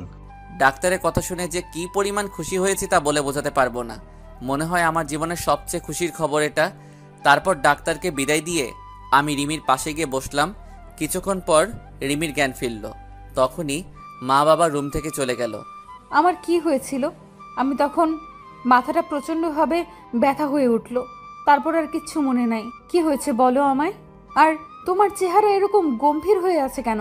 সত্যি বলবে আমায়? ডাক্তার বলল, তুমি আর কোনোদিন মা হতে পারবে না। মিথ্যা কথা বললাম রিমিকে সারপ্রাইজ দেব বলে। এবার কান্না করে দিল আর আমাকে জড়িয়ে ধরলো। না, তুমি মিথ্যা বলছো। আমি বিশ্বাস করি না। বলো তুমি মিথ্যা বলছো। আমি তোমাকে কোনো দিন বাবা ডাক শোনাতে পারবো না, তাই না? আর তখন তুমি আমাকে ছেড়ে চলে যাবে, তাই না? প্লিজ, তুমি আমাকে ছেড়ে চলে যেও না। দরকার হয় তুমি আরেকটা বিয়ে করো, তবু আমি তোমাকে ছাড়া থাকতে পারবো না। তোমায় ছাড়া আমি বাঁচবো না। আমি রিমিকে বুকে জড়িয়ে নিয়ে বললাম, কী সব বলছো তুমি? আমিও তোমাকে ছাড়া থাকতে পারবো না, আর আমি কাউকে বিয়ে করব না। আমার থেকে তোমাকে কেউ কেড়ে নিতে পারবে না, কারণ আমি বাবা হতে চলেছি। রিমি এবার আমার বুক থেকে মাথা উঠিয়ে আমার দিকে করুণ দৃষ্টিতে তাকিয়ে আছে। রিমি এবার জোরে করে কান্না করে দিল, আর আমাকে এবার শক্ত করে জড়িয়ে ধরে বাচ্চাদের মতো কান্না করে দিল। তুমি কেন আমাকে মিথ্যা বলছো? তুমি জানো কতটা কষ্ট পেয়েছিলাম আমি? আমি মা হতে পারবো না বলে কষ্ট পাইনি। আমি কষ্ট পেয়েছি তুমি আমাকে ছেড়ে চলে যাবে, তাই খুব কষ্ট হয়েছিল। তুমি জানো না আমি সব সহ্য করতে পারি, কিন্তু তোমাকে হারিয়ে ফেলার কষ্ট সহ্য করতে পারবো না। তুমি বলো, আমাকে আর কষ্ট দেবে না? এবার আমিও রিমিকে শক্ত করে জড়িয়ে ধরলাম, আর আমিও কান্না করে দিয়েছি। হয়তো রিমির কান্না আমি সহ্য করতে পারি না, তাই তুমি ভাবলে কিভাবে যে আমি তোমাকে ছেড়ে থাকতে পারবো? তুমি জানো না তোমাকে কতটা ভালোবাসি আমি। আর আজ যদি আমাদের কোনো সন্তানও না হয়, তাহলে আমরা দুজন সারা জীবন একসাথে থাকবো, আমাদের মাঝে কাউকে আসতে দেব না। এই বলে আমি রিমির কপালে একটা চুমু খেলাম, আর রিমিকে পরম ভালোবাসায় আমার বাহুডোরে জড়িয়ে নিলাম। এই ছাড়ো, আমি এই মাত্র অফিস থেকে আসলাম, এবার একটু ফ্রেশ হয়ে আসি। না, ছাড়বো না। তোমার বুকে আমি এভাবে সারা জীবন থাকতে চাই। গায়ে সব ধুলাবালি ময়লা লেগে আছে, আমি যাবো আর আসবো, শার্টটা চেঞ্জ করে চলে আসবো। না, তুমি চুপচাপ বসে থাকো, কোথাও যেতে দেবো না তোমাকে। তুমি সব সময় অফিসে থাকো, সারা দিন কাছে পাই না। আজ পেয়েছি, আজ তোমাকে ছাড়বো না। কি মেয়ে রে বাবা, তবে খুব ভালো লাগে রিমির ভালোবাসাগুলো। সে যখন আহ্লাদি সুরে ছোট ছোট করে কথা বলে, মনে হয় সারা জীবন তার সাথে কথা বলি। এই আমাদের বাবু হবে, তখন আমাদের বাবুটা কোথায় থাকবে? আমাদের মাঝখানে না তোমার ওপাশে? তুমি বলো কোথায় থাকবে? তুমি আমার বাম পাশের বুকে শুয়ে থাকবে, আর আমাদের বাবুটা আমার ডান পাশের বুকে শুয়ে থাকবে, ঠিক আছে? না, ঠিক নেই। আমি তোমাকে কারো ভাগ দেব না। এই পুরো বুকটা আমার। আমি কাউকে তোমার বুকে ঘুমাতে দেব না, এমনকি আমাদের সন্তান কেউ না। কি মেয়ে রে বাবা, নিজের সন্তানকে হিংসা করে? কি বলছো? সে তো আমার সন্তান, আমি তাকে বুকে জড়িয়ে ঘুমাবো না? না বলছি তো, আমি তোমাকে কাউকে ভাগ দেব না। আর আমাদের সন্তানকে দোলনায় রেখে দেব, আর না হয় তোমার মা বাবার কাছে রেখে দিব। কি? আমাদের সন্তান মা বাবার কাছে ঘুমাবে কেন? যদি তুমি আমাকে রেখে আমাদের সন্তানকে আদর করো তাই। তুমি শুধু আমাকে আদর করবে, কথা মনে থাকবে তো? থাকবে। পাগলি একটা, তোমাকে রেখে আমি কাউকে আদর করব না। তারপর আমি রিমিকে সরিয়ে ফ্রেশ হয়ে রাতের খাবার খাচ্ছি, তখন মা বলল, বাবা মেহেদি, তুই এবার আমাদের সাথে চল, তোর নিজের বাড়িতে তুই যাবি। আর রিমির শরীরের অবস্থা খুব একটা ভালো না, তাই বলছি কি আমাদের সাথে চল, আমি বৌমাকে দেখে রাখবো। তাহলে আম্মু, আমি অফিস থেকে ট্রান্সফার নিয়ে কাল সবাই মিলে যাব। রাতের খাবার খেয়ে আমি আর রিমি রুমে চলে আসলাম। আমি শুয়ে পড়লাম, আর রিমি কিছু কিছু কাজ করে শুতে চলে এলো। তারপর রিমি আমার বুকে মাথা দিয়ে শুয়ে বলল, আমি প্রায় শুনি অনেক মেয়ে মা হতে গিয়ে মারা যায়, আমিও যদি তাদের মধ্যে পড়ি তখন তুমি আমাকে ছাড়া থাকতে পারবে? চুপ, এরকম কথা আর বলবে না। আর তোমার কিছু হবে না, তোমার পাশে আমি সব সময় থাকবো। তুমি কোনো চিন্তা করো না, শুধু আমাকে ভালোবেসে যাও আর আমাদের বাবুটার দিকে খেয়াল রাখো। তারপর রিমি জড়িয়ে ধরে ঘুমিয়ে পড়লাম। সকালে উঠে দেখি রিমি সুন্দর করে বাচ্চাদের মতো গুটিসুটি মেরে আমাকে জড়িয়ে ধরে শুয়ে আছে। মনে হচ্ছে রিমি তার সবচেয়ে নিরাপদ জায়গা পেয়ে গেছে। আমিও আর রিমিকে ডাকলাম না, ডাকলে রিমির ঘুমটা ভেঙে যাবে। কিছুক্ষণ পর রিমির ঘুম ভেঙে গেল, আর আমার দিকে তাকিয়ে দেখে আমি তার দিকে তাকিয়ে আছি। তখন রিমি আমার ঠোঁটে একটা চুমু খেলো, আর দুই গালে দুইটা চুমু দিয়ে উঠে পড়লো। আমি ফ্রেশ হয়ে অফিসে চলে গেলাম। ঝিনাইদহে আমার অফিস, ট্রান্সফার করে চলে আসলাম। আজ রাতেই চলে যাব এখান থেকে। সবাই যে যার ব্যাগ গুছিয়ে নিয়ে রিমির মা বাবার সাথে দেখা করে চলে আসলাম। আজ দীর্ঘ 4 বছর পর নিজের শহরে যাচ্ছি। সবাই মিলে বাসে উঠলাম। মা বাবা এক সিটে আর আমি আর রিমি এক সিটে। রিমিকে জানালার পাশে বসালাম। রিমি আমার হাত জড়িয়ে ধরে বসে আছে। মনে হচ্ছে রিমি ভয় পাচ্ছে। নতুন জায়গায় নতুন লোক কি হবে সেটা ভেবে মনে হয় কিছুটা নার্ভাস ফিল করছে। রিমি, তুমি নতুন জায়গায় নতুন লোকের মাঝে যাচ্ছ, তুমি নার্ভাস ফিল করছো? না, মোটেই না। তুমি সাথে থাকলে আমি সব জায়গায় যেতে রাজি, শুধু তুমি আমার হাতটা শক্ত করে ধরে রেখো। দেখতে দেখতে আমরা ভেতরের দিকে বাসায় পৌঁছালাম। তারপর আমি একটু ঘুমিয়ে নিলাম। হঠাৎ করে নিচে চেঁচামেচির শব্দ শুনে নিচে এসে দেখি কিছু প্রতিবেশী রিমিকে ঘিরে রেখেছে। সবাই তার চেহারার তারিফ করছে, বলছে, আহ কি সুন্দর মেয়ে, একদম রাজকন্যা। আমি মিট মিট করে হাসছি। এরপর আমি নিচে আসলাম। সবাই আমাকে দেখে ভালো মন্দ জিজ্ঞাসা করছে। আমি সবার প্রশ্নের উত্তর দিলাম। কিছুক্ষণ পর মা নাস্তা করতে ডাকলো। আমরা নাস্তা করে রুমে আসলাম। রিমি, চলো গুছিয়ে নাও, আজ আমাদের শহরটা ঘুরে বেড়াবো। অনেকদিন পর আসছি তো তাই, আর তোমারও শহরটা চেনা হয়ে যাবে। আমরা দুজন বের হয়ে গেলাম। আমি কাল একটা পাঞ্জাবি পরেছি, আর রিমি কাল একটা শাড়ি পরেছে। যখনই আমরা বের হতে যাব তখনই মা ডাকলো। হাতে দেখি একটা থালা। মা কাছে এসে বলল, আমার ছেলে আর মেয়ের দিকে যেন আরও নজর না পড়ে। আসলে যেই দেখবে তারই নজর পড়বে, কারণ আমরা ম্যাচিং করে ড্রেস পরেছি। খুব সুন্দর লাগছে রিমিকে। তারপর আমরা সেই কলেজে আসলাম যেখানে আমি পড়তাম আর অনিকার সাথে পরিচয় হয়েছিল। সেই বড় আম গাছটা এখনও সেইভাবেই আছে। তারপর আসলাম নদীর পাড়ে, এখানে আমি আর রিমি ঘুরতে আসতাম। আমরা একটা রেস্টুরেন্টে আসলাম। যেই ঢুকতে যাব আর আমার সামনে চেয়ারে অনিকা বসে আছে, যা আমি কোনোদিন আশা করিনি। তাকে আমার দেখলে কেমন ভয় করে, যেন অনিকার কারণে আমি আবার যদি রিমিকে হারিয়ে ফেলি। আমি এখনও অনিকাকে ঘৃণা করি, প্রচণ্ড ঘৃণা করি। অনিকার চেহারা আমার কাছে অসহ্য লাগছে। তারপরে আমি রিমি যে বাইরে চলে আসতে যাব, তখনই অনিকা আমাকে ডাকলো। আমি না শোনার ভান করে রিমিকে নিয়ে চলে আসতে যাব, তখনই অনিকা আমার সামনে এসে দাঁড়ালো। আপনি এরকমভাবে আমাদের পথ আটকালেন কেন? কি চান আপনি? প্লিজ মেহেদি, আমার কথাটা শোনো একবার। শুধু একটা কথা বলবো, তারপর আর তোমাকে কোনো দিন ডিস্টার্ব করবো না। বলেন, কি বলবে? আমি জানি তোমার সাথে আমি কত বড় অন্যায় করেছি। আমার জন্য তুমি অনেক কষ্ট পেয়েছো। আমার জন্য তুমি এত বছর তুমি তোমার আপনজনের অবহেলা পেয়েছো। আমি জানি তুমি আমাকে অনেক ঘৃণা করো, আমাকে তুমি একদমই সহ্য করতে পারো না। কিন্তু আমি যদি সেদিন একটু সাহস দেখাতাম, তাহলে হয়তো রিমির জায়গায় আমি থাকতাম। কিন্তু আমার কপালটাই খারাপ, আমি তোমাকে এখনো আগের মতো ভালোবাসি। তবে তুমি চিন্তা করো না, আমি তোমাদের মাঝে দেওয়াল হয়ে দাঁড়াবো না। শুধু আমাকে একবার ক্ষমা করে দাও। আমি তোমার ভালোবাসা নিয়ে দূরে সরে যাব, আর কোনো দিন তোমার সামনে আসবো না। এই বলে অনিকা কান্না করতে করতে চলে গেল। আমি আর রিমি ওখান থেকে চলে আসতে যাব, তখনই দেখি আনিকার বড় ভাই সেখানে দাঁড়িয়ে আমার দিকে রাগী দৃষ্টিতে তাকিয়ে আছে। মনে হয় আমাকে একা পেলে চিবিয়ে খেয়ে ফেলতো। আমি তাড়াতাড়ি ওখান থেকে চলে আসলাম। তারপর বাড়ি এসে রিমিকে রেখে চলে গেলাম আমার জানের জিগের দোস্ত রাজুর কাছে। আমি রাজুর বাড়ির সামনে দাঁড়িয়ে কলিং বেল বাজালাম। কিছুক্ষণ পর দরজা খুলে দিল। দরজা খুলল রাজুর মা। আন্টি কেমন আছেন?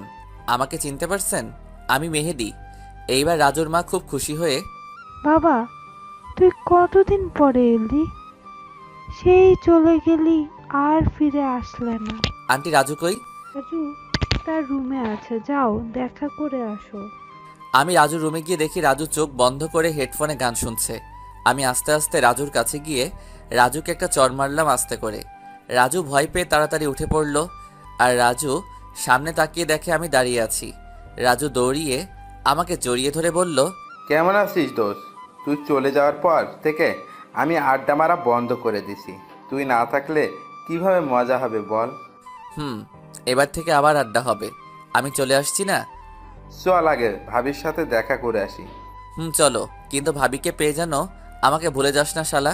তারপর দুজনে চলে আসলাম আমাদের বাসায়। তারপর রুমে ঢুকে দেখি রিমি কাপড় গুছিয়ে আলমারিতে রাখছে। আমি পিছন থেকে গিয়ে রিমিকে জড়িয়ে ধরলাম। রিমি ভয় পেয়ে বলল, এভাবে কেউ জড়িয়ে ধরে? আমি তো ভয় পেয়ে গেছি। তারপর আমি রাজুর সাথে রিমির পরিচয় করিয়ে দিলাম। এভাবে আমাদের সুখের সংসার চলতে থাকলো। তবে এখন আর অনিকাকে দেখা যায় না, আর ডিস্টার্বও করে না। কিন্তু আমার মনে হয় কেউ আমার পিছু নিচ্ছে। এভাবে আমার আর রিমির সংসার 8 মাস চলে গেল। আজ আমি অফিসে বসে কাজ করছি, তখন আমার বাবা ফোন দিয়ে বলল রিমিকে হাসপাতালে নেওয়া হয়েছে। রিমির ডেলিভারি পেইন উঠেছে। তাই আমিও সব কিছু ফেলে তাড়াতাড়ি হাসপাতালে চলে আসলাম। এসে দেখি রিমিকে ওটিতে নেওয়া হয়েছে। আমি বাইরে অপেক্ষা করছি, খুব টেনশন হচ্ছে। কিছুক্ষণ পর ডাক্তার বের হয়ে আসলো। আমি সাথে সাথে ডাক্তারের কাছে গেলাম। ডাক্তার, কি হয়েছে আমার রিমির? আপনি কিছু বলছেন না কেন? মেহেদি সাহেব, আপনার মেয়ে হয়েছে আর বাচ্চার মা সরি। তাই বলে ডাক্তার চলে গেল। আমি সাথে সাথে সেখানে চুপ করে বসে পড়লাম। আমার মাথা কিছু কাজ করছিল না।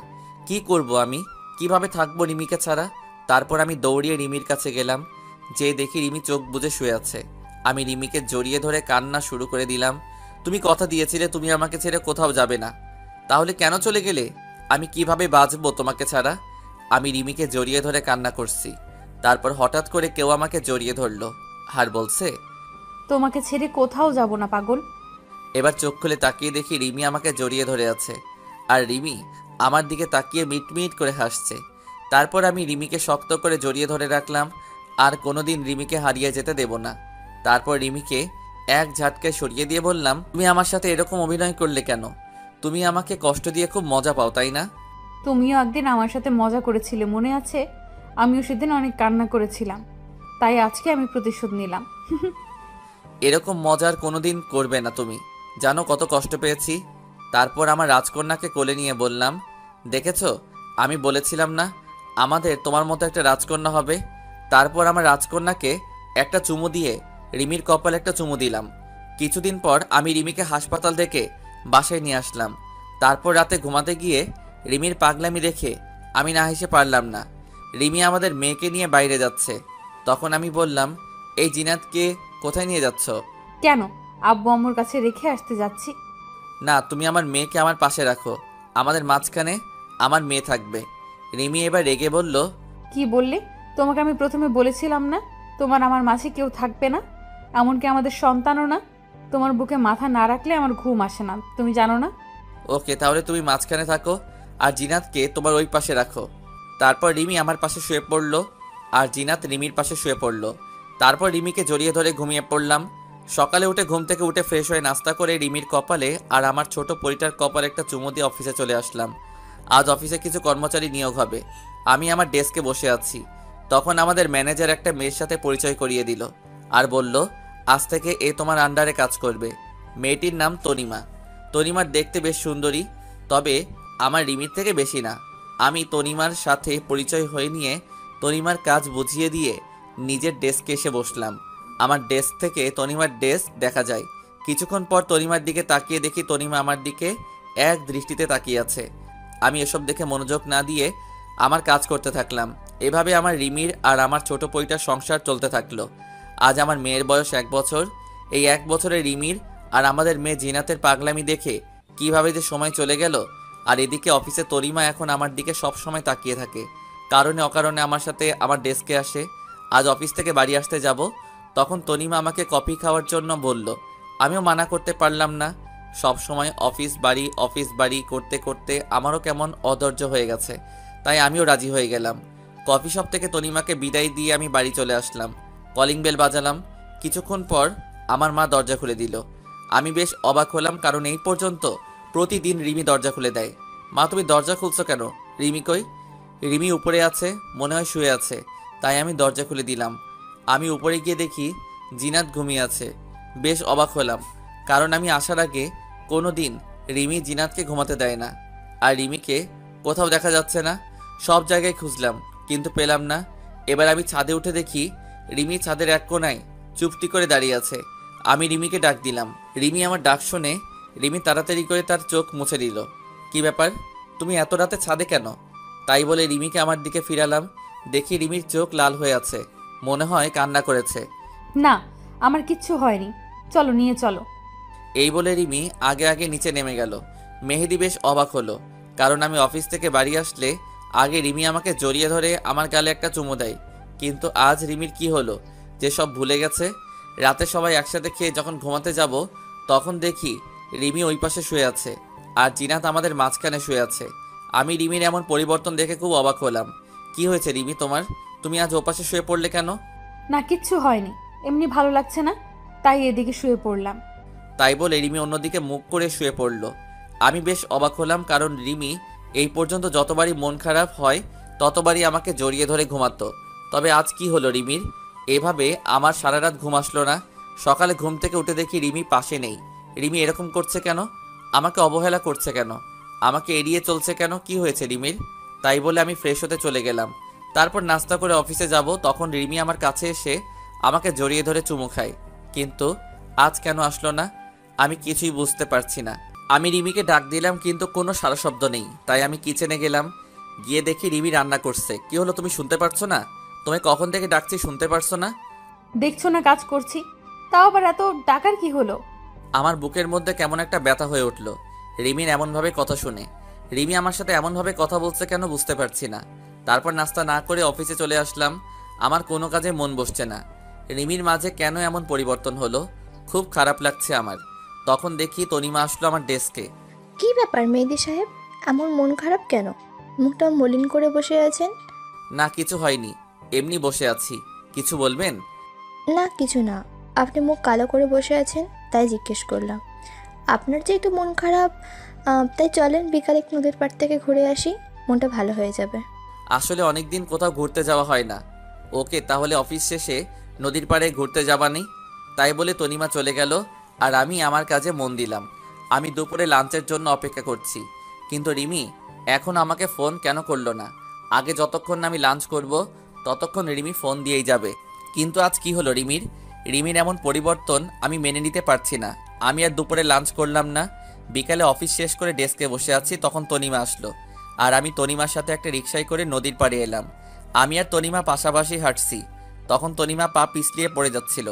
আমি কোনোভাবে তাকে ধরে ফেলে আর রিমিও আমার গলা জড়িয়ে ধরে রাখে। তারপর তনিমাকে সরিয়ে আরও কিছুক্ষণ ঘরে যে যার বাড়ি চলে আসলাম। আমি আমার বাড়ির সামনে দাঁড়িয়ে কলিং বেল বাজালাম। কিন্তু এত দেরি তো কোনোদিন হয় না। কিছুক্ষণ পর আম্মু এসে দরজা খুলে দিল। আমি আবার কালকের মতো অবাক হলাম। আমি আম্মুর সাথে কথা বলে উপরে চলে আসলাম। এসে দেখি আমাদের মেয়ে জিনাত নিচে ঘুমিয়ে আছে, আর রিমি বিছানায় এক কোণায় বসে বসে মাথা নিচু করে কান্না করছে। আমি তাড়াতাড়ি করে জিনাতকে বিছানায় শুইয়ে দিলাম। তারপর রিমির কাছে গেলাম। রিমি, তুমি কাঁদছো কেন? আর জিনাত নিচে শুয়ে আছে কেন? জিনাতের তো ঠান্ডা লাগবে। আর কি হয়েছে তোমার? তুমি এভাবে কান্না করছো কেন?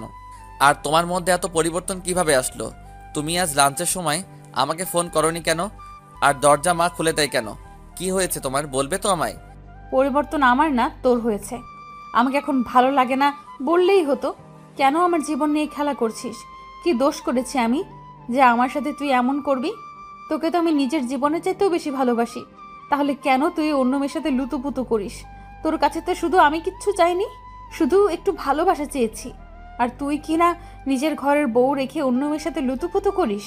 তুই এরকম লুচ্চা ছেলে আমি আগে জানলে কোনো দিন তোকে বিয়ে করতাম না। আমি এবার রিমিকে জোরে একটা চড় মারলাম, কারণ রিমি যা বলছে আমি সব সহ্য করতে পারবো না। কিন্তু লুচ্চা বলেছে তাই আর নিজের রাগটাকে কন্ট্রোল করতে পারিনি, তাই একটা চড় মারছি। দেখো রিমি, একদম আবল তাবল কথা বলবে না। আর তুমি কি বললে আমি অন্য মেয়ের সাথে লুতুপুতু করছি, তাই না? তুমি ভাবলে কিভাবে আমি অন্য মেয়ের সাথে লুচ্চামি করছি? অন্তত তোমার মুখ থেকে আমি কথা আশা করিনি। তোমার কোথাও ভুল হচ্ছে রিমি। আমি তোমাকে ছাড়া কোনো মেয়েকে ভাবতে পারি না। আর তুমি বলছো আমাকে আর ভালো না লাগলে ছেড়ে দাও। আমি একদম আবোল তাবোল কথা বলছি না। আমি যা বলছি সব সত্যি কথা। এখন উচিত কথা বলছি তো তাই গায়ে লাগছে, তাই না? যদি আমাকে আর ভালো না লাগে তাহলে আমাকে ডিভোর্স দিয়ে সেই মেয়েকে বিয়ে করে নাও। তাহলে তোমাদের মাঝে আর আমি বাধা হয়ে দাঁড়াবো না। আমি আমার মেয়ে নিয়ে চলে যাব তোমাদের জীবন থেকে, তাহলে কেউ বাধা দেবে না। তাই বলে রিমি বিছানায় অন্যদিকে মুখ করে শুয়ে পড়ল। আর আমি রিমির কথা শুনে যেন আমার মাথায় আকাশ ভেঙে পড়ল। আমার মাথা কোনো কাজ করছে না, চোখ দিয়ে অনবরত পানি বের হয়ে যাচ্ছে। তারপর আমি ছাদে চলে আসলাম। আজ আমার কষ্টটা সবচেয়ে বেশি।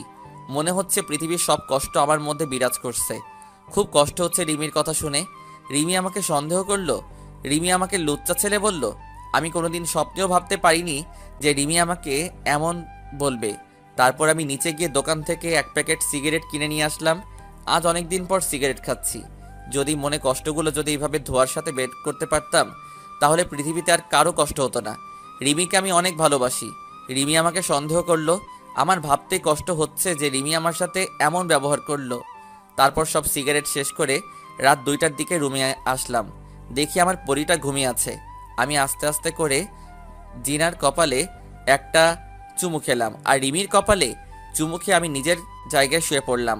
সকালে ঘুম থেকে উঠে দেখি সকাল 10টা বাজে, আর রিমি, জিনাত কেউ নেই পাশে। আজ রিমি আমাকে ডাকলো না অফিস যাওয়ার জন্য। কিছুক্ষণ বিছানায় বসে রিমির কথা ভাবছিলাম। তারপর ফ্রেশ হয়ে নিচে গিয়ে দেখি জিনাত তার দাদির সাথে খেলা করছে, আর রিমি রান্নাঘরে রান্না করছে। আমি নিচে আসতেই মা বলল, মেহেদি, আজ অফিস যাসনি বাবা? না মা, আজ শরীরটা ভালো লাগছে না, তাই আজ যাইনি। তারপর কিচেনে চলে গেলাম। গিয়ে দেখি রিমি দাঁড়িয়ে আছে। আমি পিছন থেকে রিমিকে জড়িয়ে ধরলাম, কিন্তু রিমি আমাকে এক ঝটকে সরিয়ে দিল। তারপর রিমি আমাকে 1 কাপ চা দিয়ে কিচেন থেকে বেরিয়ে পড়ল। রিমির এমন আচরণে অনেক কষ্ট পেলাম, আর বুকের মধ্যে চিনচিন ব্যথা অনুভব করলাম। আমি চা না খেয়ে রুমে চলে আসলাম। রুমে এসে দেখি রিমি বিছানা গোছাচ্ছে। রিমি, সরি কালকে তোমার গায়ে হাত ওঠানোর জন্য। আসলে কাল মাথাটা রিমি আমাকে কিছু বলতে না দিয়ে মুখে একরাশ বিরক্তি ভাব নিয়ে এসে রুম থেকে হনহন করে চলে গেল। রিমি সকাল থেকে আমার সাথে একবারও কথা বলেনি, তাই আমিও রাগ করে বাইরে চলে আসলাম। সারাদিন বাইরে কাটিয়ে দিয়ে রাত 11টার সময় বাড়ি আসলাম, কিন্তু রিমি আমাকে একবারও ফোন করলো না। কোথায় আছি, কিছু খেয়েছি কিনা। মনে হচ্ছে সব কিছু ছেড়ে আমি কোথাও চলে যাই, যেখানে কোনো প্যারা নেই। রাতে বাড়ি এসে দেখি রিমি আর আমার ছোট পরিটা শুয়ে আছে। রিমি আমাকে দেখে অন্য দিকে শুয়ে পড়ল, আর আমি জিনাতকে একটু কোলে চুমু খেয়ে জিনাতকে শুয়ে দিলাম। রিমি, আমার ক্ষুধা লাগছে, আমার খাবার কই? রিমি কোনো কথা বলছে না, চুপচাপ শুয়ে আছে। তাই আমি আর কিছু না বলে শুয়ে পড়লাম। শুয়ে শুয়ে ভাবছি কি দোষ করেছি যে রিমি আমাকে এত বড় সাজা দিচ্ছে। রিমির অবহেলা আমার সহ্য হচ্ছে না। আপনজনের অবহেলাগুলো অনেক কষ্টদায়ক হয়, যা সহ্য করার মতো মন আমাদের দেয়নি। সকালে উঠে ফ্রেশ হয়ে নাস্তা না করে অফিসে চলে আসলাম। অফিসের কাজে কোনো রকম মন বসছে না, তাই আনমনে বসে রইছি। অফিস শেষে রিক্সার জন্য বাইরে দাঁড়িয়ে আছি, তখন তনিমা রিক্সা নিয়ে আসলো। এসে বলল, মেহেদি সাহেব, আমার সাথে এক জায়গায় একটু যেতে পারবেন? খুবই দরকারি কাজ। প্লিজ চলেন। আপনি গেলে খুবই ভালো হয়। আমি যাব না। আমাকে জোর করে নিয়ে গেল। হঠাৎ করে রিক্সা থেমে গেল। আমি তাকিয়ে দেখি একটা হোটেলের নিচে দাঁড়িয়ে আছি। তারপর তনিমা আমার হাত ধরে টানতে টানতে নিয়ে গেল আর বলল, আমার এক কাজিনের সাথে দেখা করতে এসেছি, কিন্তু দেখা হয়নি, তাই আমরা আবার বেরিয়ে আসলাম। তারপর তনিমা আমাকে জোর করে ডিনার করালো। আমি আর কিছু বললাম না। তারপর ডিনার করে বাড়ি এসে কলিং বেল বাজালাম আর দেখলাম বাবা দরজা খুলল। বাবা, কেমন আছো তুমি? আর কখন আসলে তুমি? বাবা চাকরির কারণে বাইরে থাকে। বাবা কোনো কথা না বলে আমার গালে সজোরে 2টা চড় মারলো। তুই এইরকম আমি কোনোদিন ভাবতেই পারিনি। তোকে ছেলে হিসেবে পরিচয় দিতে আমার ঘৃণা হচ্ছে। তারপর বাবা চলে গেল। আমি মায়ের কাছে গেলাম, কিন্তু মা কোনো কথা না বলে আমার সামনে থেকে চলে গেল। আমি কিছুই বুঝতে পারছি না। তারপর আমি রুমে গিয়ে দেখি রিমি তার সব জামা কাপড় ব্যাগে গুছাচ্ছে, সাথে জিনাতের কাপড়গুলো। কি হলো রিমি, তুমি ব্যাগ গুছাচ্ছ কেন? কোথায় যাবে তুমি? আর কি হয়েছে, তুমি কান্না করছো কেন? কি হয়েছে শুনতে চাও? তুমি সব কিছু জেনেও নাটক করছো। তুমি আমার সাথে নাটক করেছো, তুমি আমাকে ধোকা দিয়েছো। তোমার মতো একটা ধোকাবাজ ছেলের সাথে আমি আর থাকতে চাই না। আমি আজই চলে যাচ্ছি। তুমি আমাকে একবার বলতে পারতে আমাকে তোমার পছন্দ না। আমি হাসি মুখে চলে যেতাম তোমার জীবন থেকে। শুধু এত নাটক করার কোনো দরকার ছিল না। তুমি তাকে নিয়ে একসাথে রিকশায় উঠেছো, নদীর পাড়ে ঘুরতে গেছো, তাকে জড়িয়ে ধরেছো, তার সাথে হোটেলে গিয়েছো। ছি ছি ছি ছি ছি মেহেদি, অন্তত তোমার দ্বারা আমি এসব কাজ আশা করিনি। কি বলছো সব? আমি কেন অন্য মেয়ের সাথে হোটেলে যাব, নদীর পাড়ে যাব, আর কাকে জড়িয়ে ধরেছি? আমি তো কিছুই বুঝতে পারছি না। আমি জানি তুমি এরকম কথা বলবে। তুমি এখনো আমার সাথে নাটক করছো। তাহলে এগুলো কি বলো? এগুলো সব কি নাটক? তাই বলে রিমি আমার সামনে কিছু ছবি ছুঁড়ে দিল। আমি ছবিগুলো দেখে নিজের চোখকে বিশ্বাস করতে পারছি না। আমার চোখ কপালে উঠে গেছে। আমার মাথা কাজ করা বন্ধ করে দিয়েছে। রিমি যেই ছবিগুলো আমার সামনে রাখলো সেগুলো সব আমার আর তনিমার পিক ছিল। আমি আর তনিমা একসাথে রিকশায় বসে আসি। তারপর আমি তনিমাকে জড়িয়ে ধরে আসি। আমি আর তনিমা একটা হোটেলে একটা রুমে উলঙ্গ অবস্থায় দাঁড়িয়ে আসি। আমার মাথা কেমন চক্কর দিয়ে উঠলো। আমি তনিমার সাথে ঘুরে বেরিয়েছি। সেগুলো কেউ ছবি তুলে রিমির কাছে দিছে, আর রিমি সেগুলো দেখে ভুল বুঝলো। আর হোটেলের পিকটা এটা এডিট করা। কারণ আপনারা তো জানেন রিমি, তুমি এগুলো দেখে তুমি আমাকে সন্দেহ করেছো। তনিমা আমার অফিসের কলিগ, তার সাথে একটু ঘুরতে গিয়েছিলাম। আর এই ছবিটা সম্পূর্ণভাবে এডিট করা, কারণ আমি আর তনিমা তার এক কাজিনের সাথে দেখা করতে গেছিলাম। আর কেউ চুপি চুপি ছবি তুলে এডিট করেছে। তুমি বিশ্বাস করো রিমি, তনিমা আমার কলিগ আর ফ্রেন্ড, তার বিষয় আর কিছুই না। কেউ প্ল্যান করে আমাদের সংসারটা নষ্ট করতে চেয়েছে। এত কিছু হওয়ার পরও তুমি আমাকে বিশ্বাস করতে বলছো? রিকশায় চড়া, জড়িয়ে ধরা, তাহলে সব এডিট করা বলো? রিমি, তুমি বিশ্বাস করো, আমার আর তনিমার মধ্যে সেরকম কিছুই নাই। তুমি বোঝার চেষ্টা করো রিমি, আমি শুধু তোমাকেই ভালোবাসি। তোমার জায়গায় আমি অন্য কাউকে জায়গা দেব তুমি ভাবলে কিভাবে? আমি অত কিছু শুনতে চাই না। আমি তোমার কাছে আর থাকবো না। তুমি একটা বিশ্বাসঘাতক। তোমাকে বিয়ে করে, তোমাকে বিশ্বাস করে ভুল করেছি আমি। তোমাকে আমি কি দেইনি? তোমাকে নিজের জীবনের চাইতেও আমি বেশি ভালোবাসতাম। আমি তো তোমার কাছ থেকে বেশি কিছু চাইনি, শুধু একটু ভালোবাসা চেয়েছি। আর ঘুমানোর জন্য তোমার বিশ্বস্ত বুকটাই চেয়েছিলাম। কেন তুমি এরকম করলে? আমি মনে হয় তোমাকে তোমার মতো ভালোবাসতে পারিনি। ওই মেয়েটা মনে তোমাকে খুব ভালোবাসে, তাই না? তবে তুমি চিন্তা করো না, তোমার আর তনিমার মধ্যে আমি বাধা হব না। পারলে আমাকে ক্ষমা করে দাও। তোমাকে নিজের করে রাখতে পারলাম না। বলে রিমি ব্যাগ আর জিনাতকে নিয়ে চলে গেল। আমি রিমিকে কয়েকবার ডাকলাম, কিন্তু রিমি শুনল না, সোজা রুম থেকে চলে গেল। রিমির কথা শুনে চোখ দিয়ে টপ টপ করে পানি পড়ছে। তুমি আমার কথা বিশ্বাস করলে না রিমি, তোমার দেখাটাই তুমি সত্য মনে করে নিলে।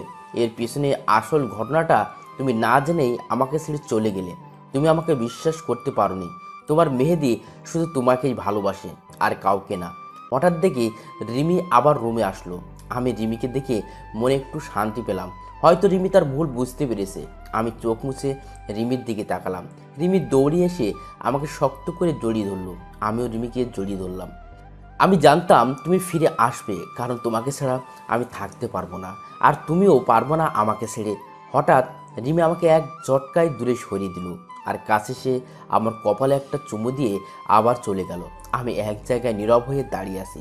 আমার হাঁটার কোনো শক্তি নেই। আমি বিছানার উপর বসে পড়লাম, আর কান্না যেন থামছে না, অনবরত চোখ দিয়ে পানি বের হয়ে যাচ্ছে। তারপর রুমে মা আসলো। তোর জন্য আমার মেয়েটা আজ বাড়ি থেকে চলে গেল। তোকে নিজের ছেলে ভাবতেও লজ্জা হচ্ছে। তুই কেমন করে পারলি এমন একটা কাজ করতে? রিমি তোকে কত ভালোবাসে, আর তুই বাইরের একটা মেয়ের সাথে। ছি ছি। মায়ের পা জড়িয়ে ধরে, মা তুমি বিশ্বাস করো, ওই মেয়ের সাথে আমার কোনো সম্পর্ক নেই। তোমরা আমাকে ভুল বুঝছো। আমি শুধু রিমিকেই ভালোবাসি। রিমিকে ছাড়া আমি থাকতে পারবো না মা। আমার জন্য রিমি আমাকে ভুল বুঝলো। আমাকে ক্ষমা করে দাও মা। তোকে বিশ্বাস করতেও আমার ভয় হচ্ছে। তুই যেদিন আমার মেয়েটাকে ফেরত নিয়ে আসবি সেদিন আমি তোকে ক্ষমা করব, তার আগে না। তাই বলে মা রুম থেকে চলে গেল, আর আমি বসে বসে অযথরায় কান্না করছি। মা তুমিও আমাকে ভুল বুঝলে। আমি এই আপনজনের অবহেলা আর সইতে পারছি না।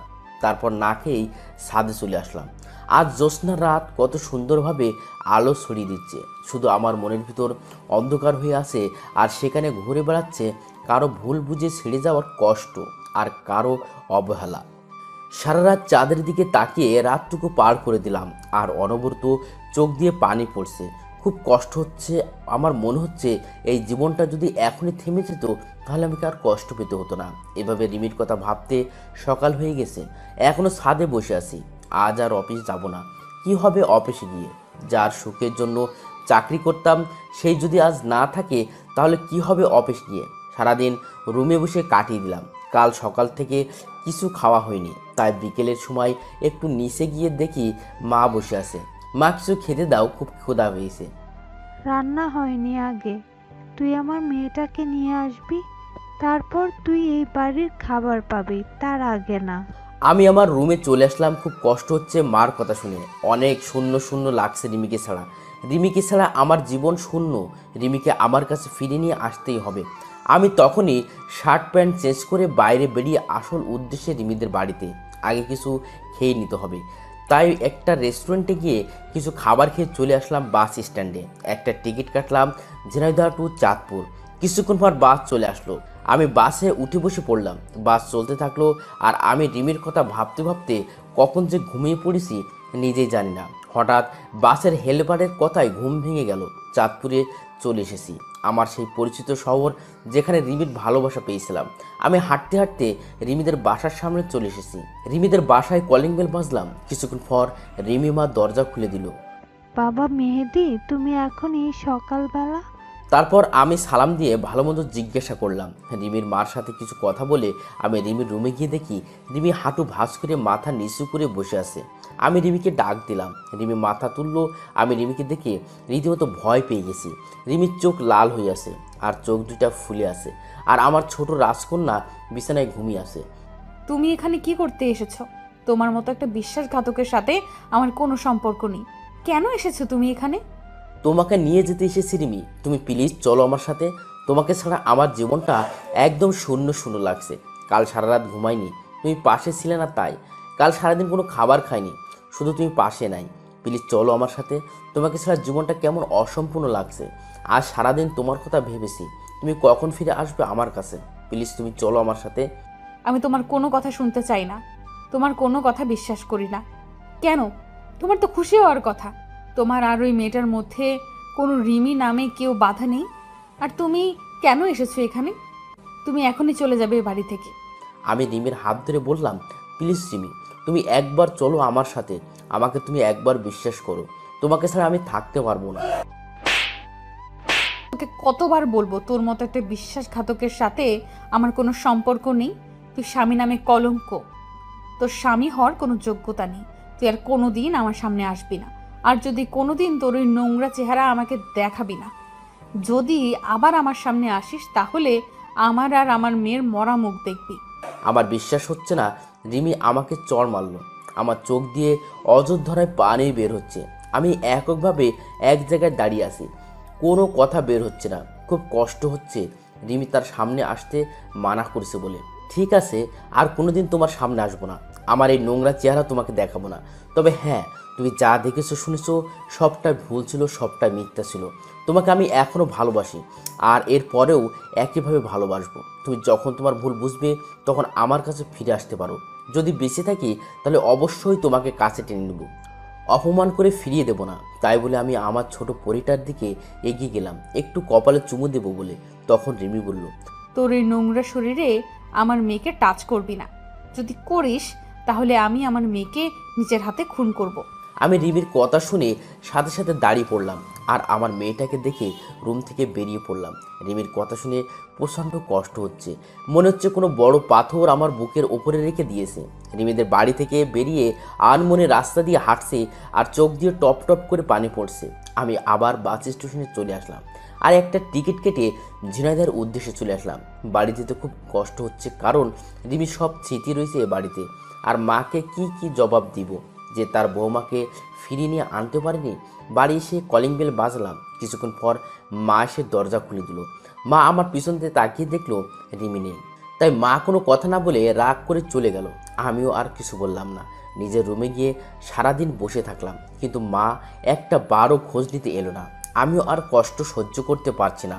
রিমির স্মৃতিগুলো আমাকে সব সময় কাঁদিয়ে দিচ্ছে। তাই আমি ডিসিশন নিলাম আমি আর এদেশে থাকবো না। সেখানে রিমি আমাকে ভুল বুঝে চলে গেল, আর বাড়িতে যতদিন রিমিকে ফিরিয়ে না আনবো ততদিন না আমার সাথে কথা বলবে না। তাই সবাইকে রেখে বিদেশ চলে যাব, তাহলে আমার এই নোংরা চেহারা রিমিকে আর দেখতে হবে না। আর মা আমার সাথে কথা বলবে না, সেই কষ্টটা ভুলে থাকার জন্য আমাকে বিদেশ চলে যেতে হবে। আমি পরের দিন বিদেশ যাওয়ায় কাগজপত্র জমা দিলাম। 2-1 দিন পর পাসপোর্ট চলে আসবে। আজ চলে যাচ্ছি সব মায়া ত্যাগ করে, আর হয়তো রিমির সাথে দেখা হবে না, আর আমার মেয়েটা আমার বদলে অন্য কারো পরিচয় হবে। আমি মার কাছ থেকে বিদায় নিয়ে চলে আসলাম। চলে আসার সময় মা কিছু বলল না, অন্যদিকে মুখ করে বসে আছে। আমি আর কিছু না বলে চলে আসলাম। এখন এয়ারপোর্টে বসে আছি, হঠাৎ দেখি তনিমা বসে আছে একটা চেয়ারে। আমি সাথে সাথে তনিমার কাছে চলে আসলাম। তনিমা আমাকে দেখে অনেক অবাক হলো। তনিমা, তুমি আমার সাথে এমন কেন করলে? কি পেলে আমার আর রিমির সুখের সংসারটা ভেঙে? তোমার কারণে রিমি আমাকে ছেড়ে চলে গেছে, আমার মা আমার সাথে কথা বলা বন্ধ করে দিয়েছে।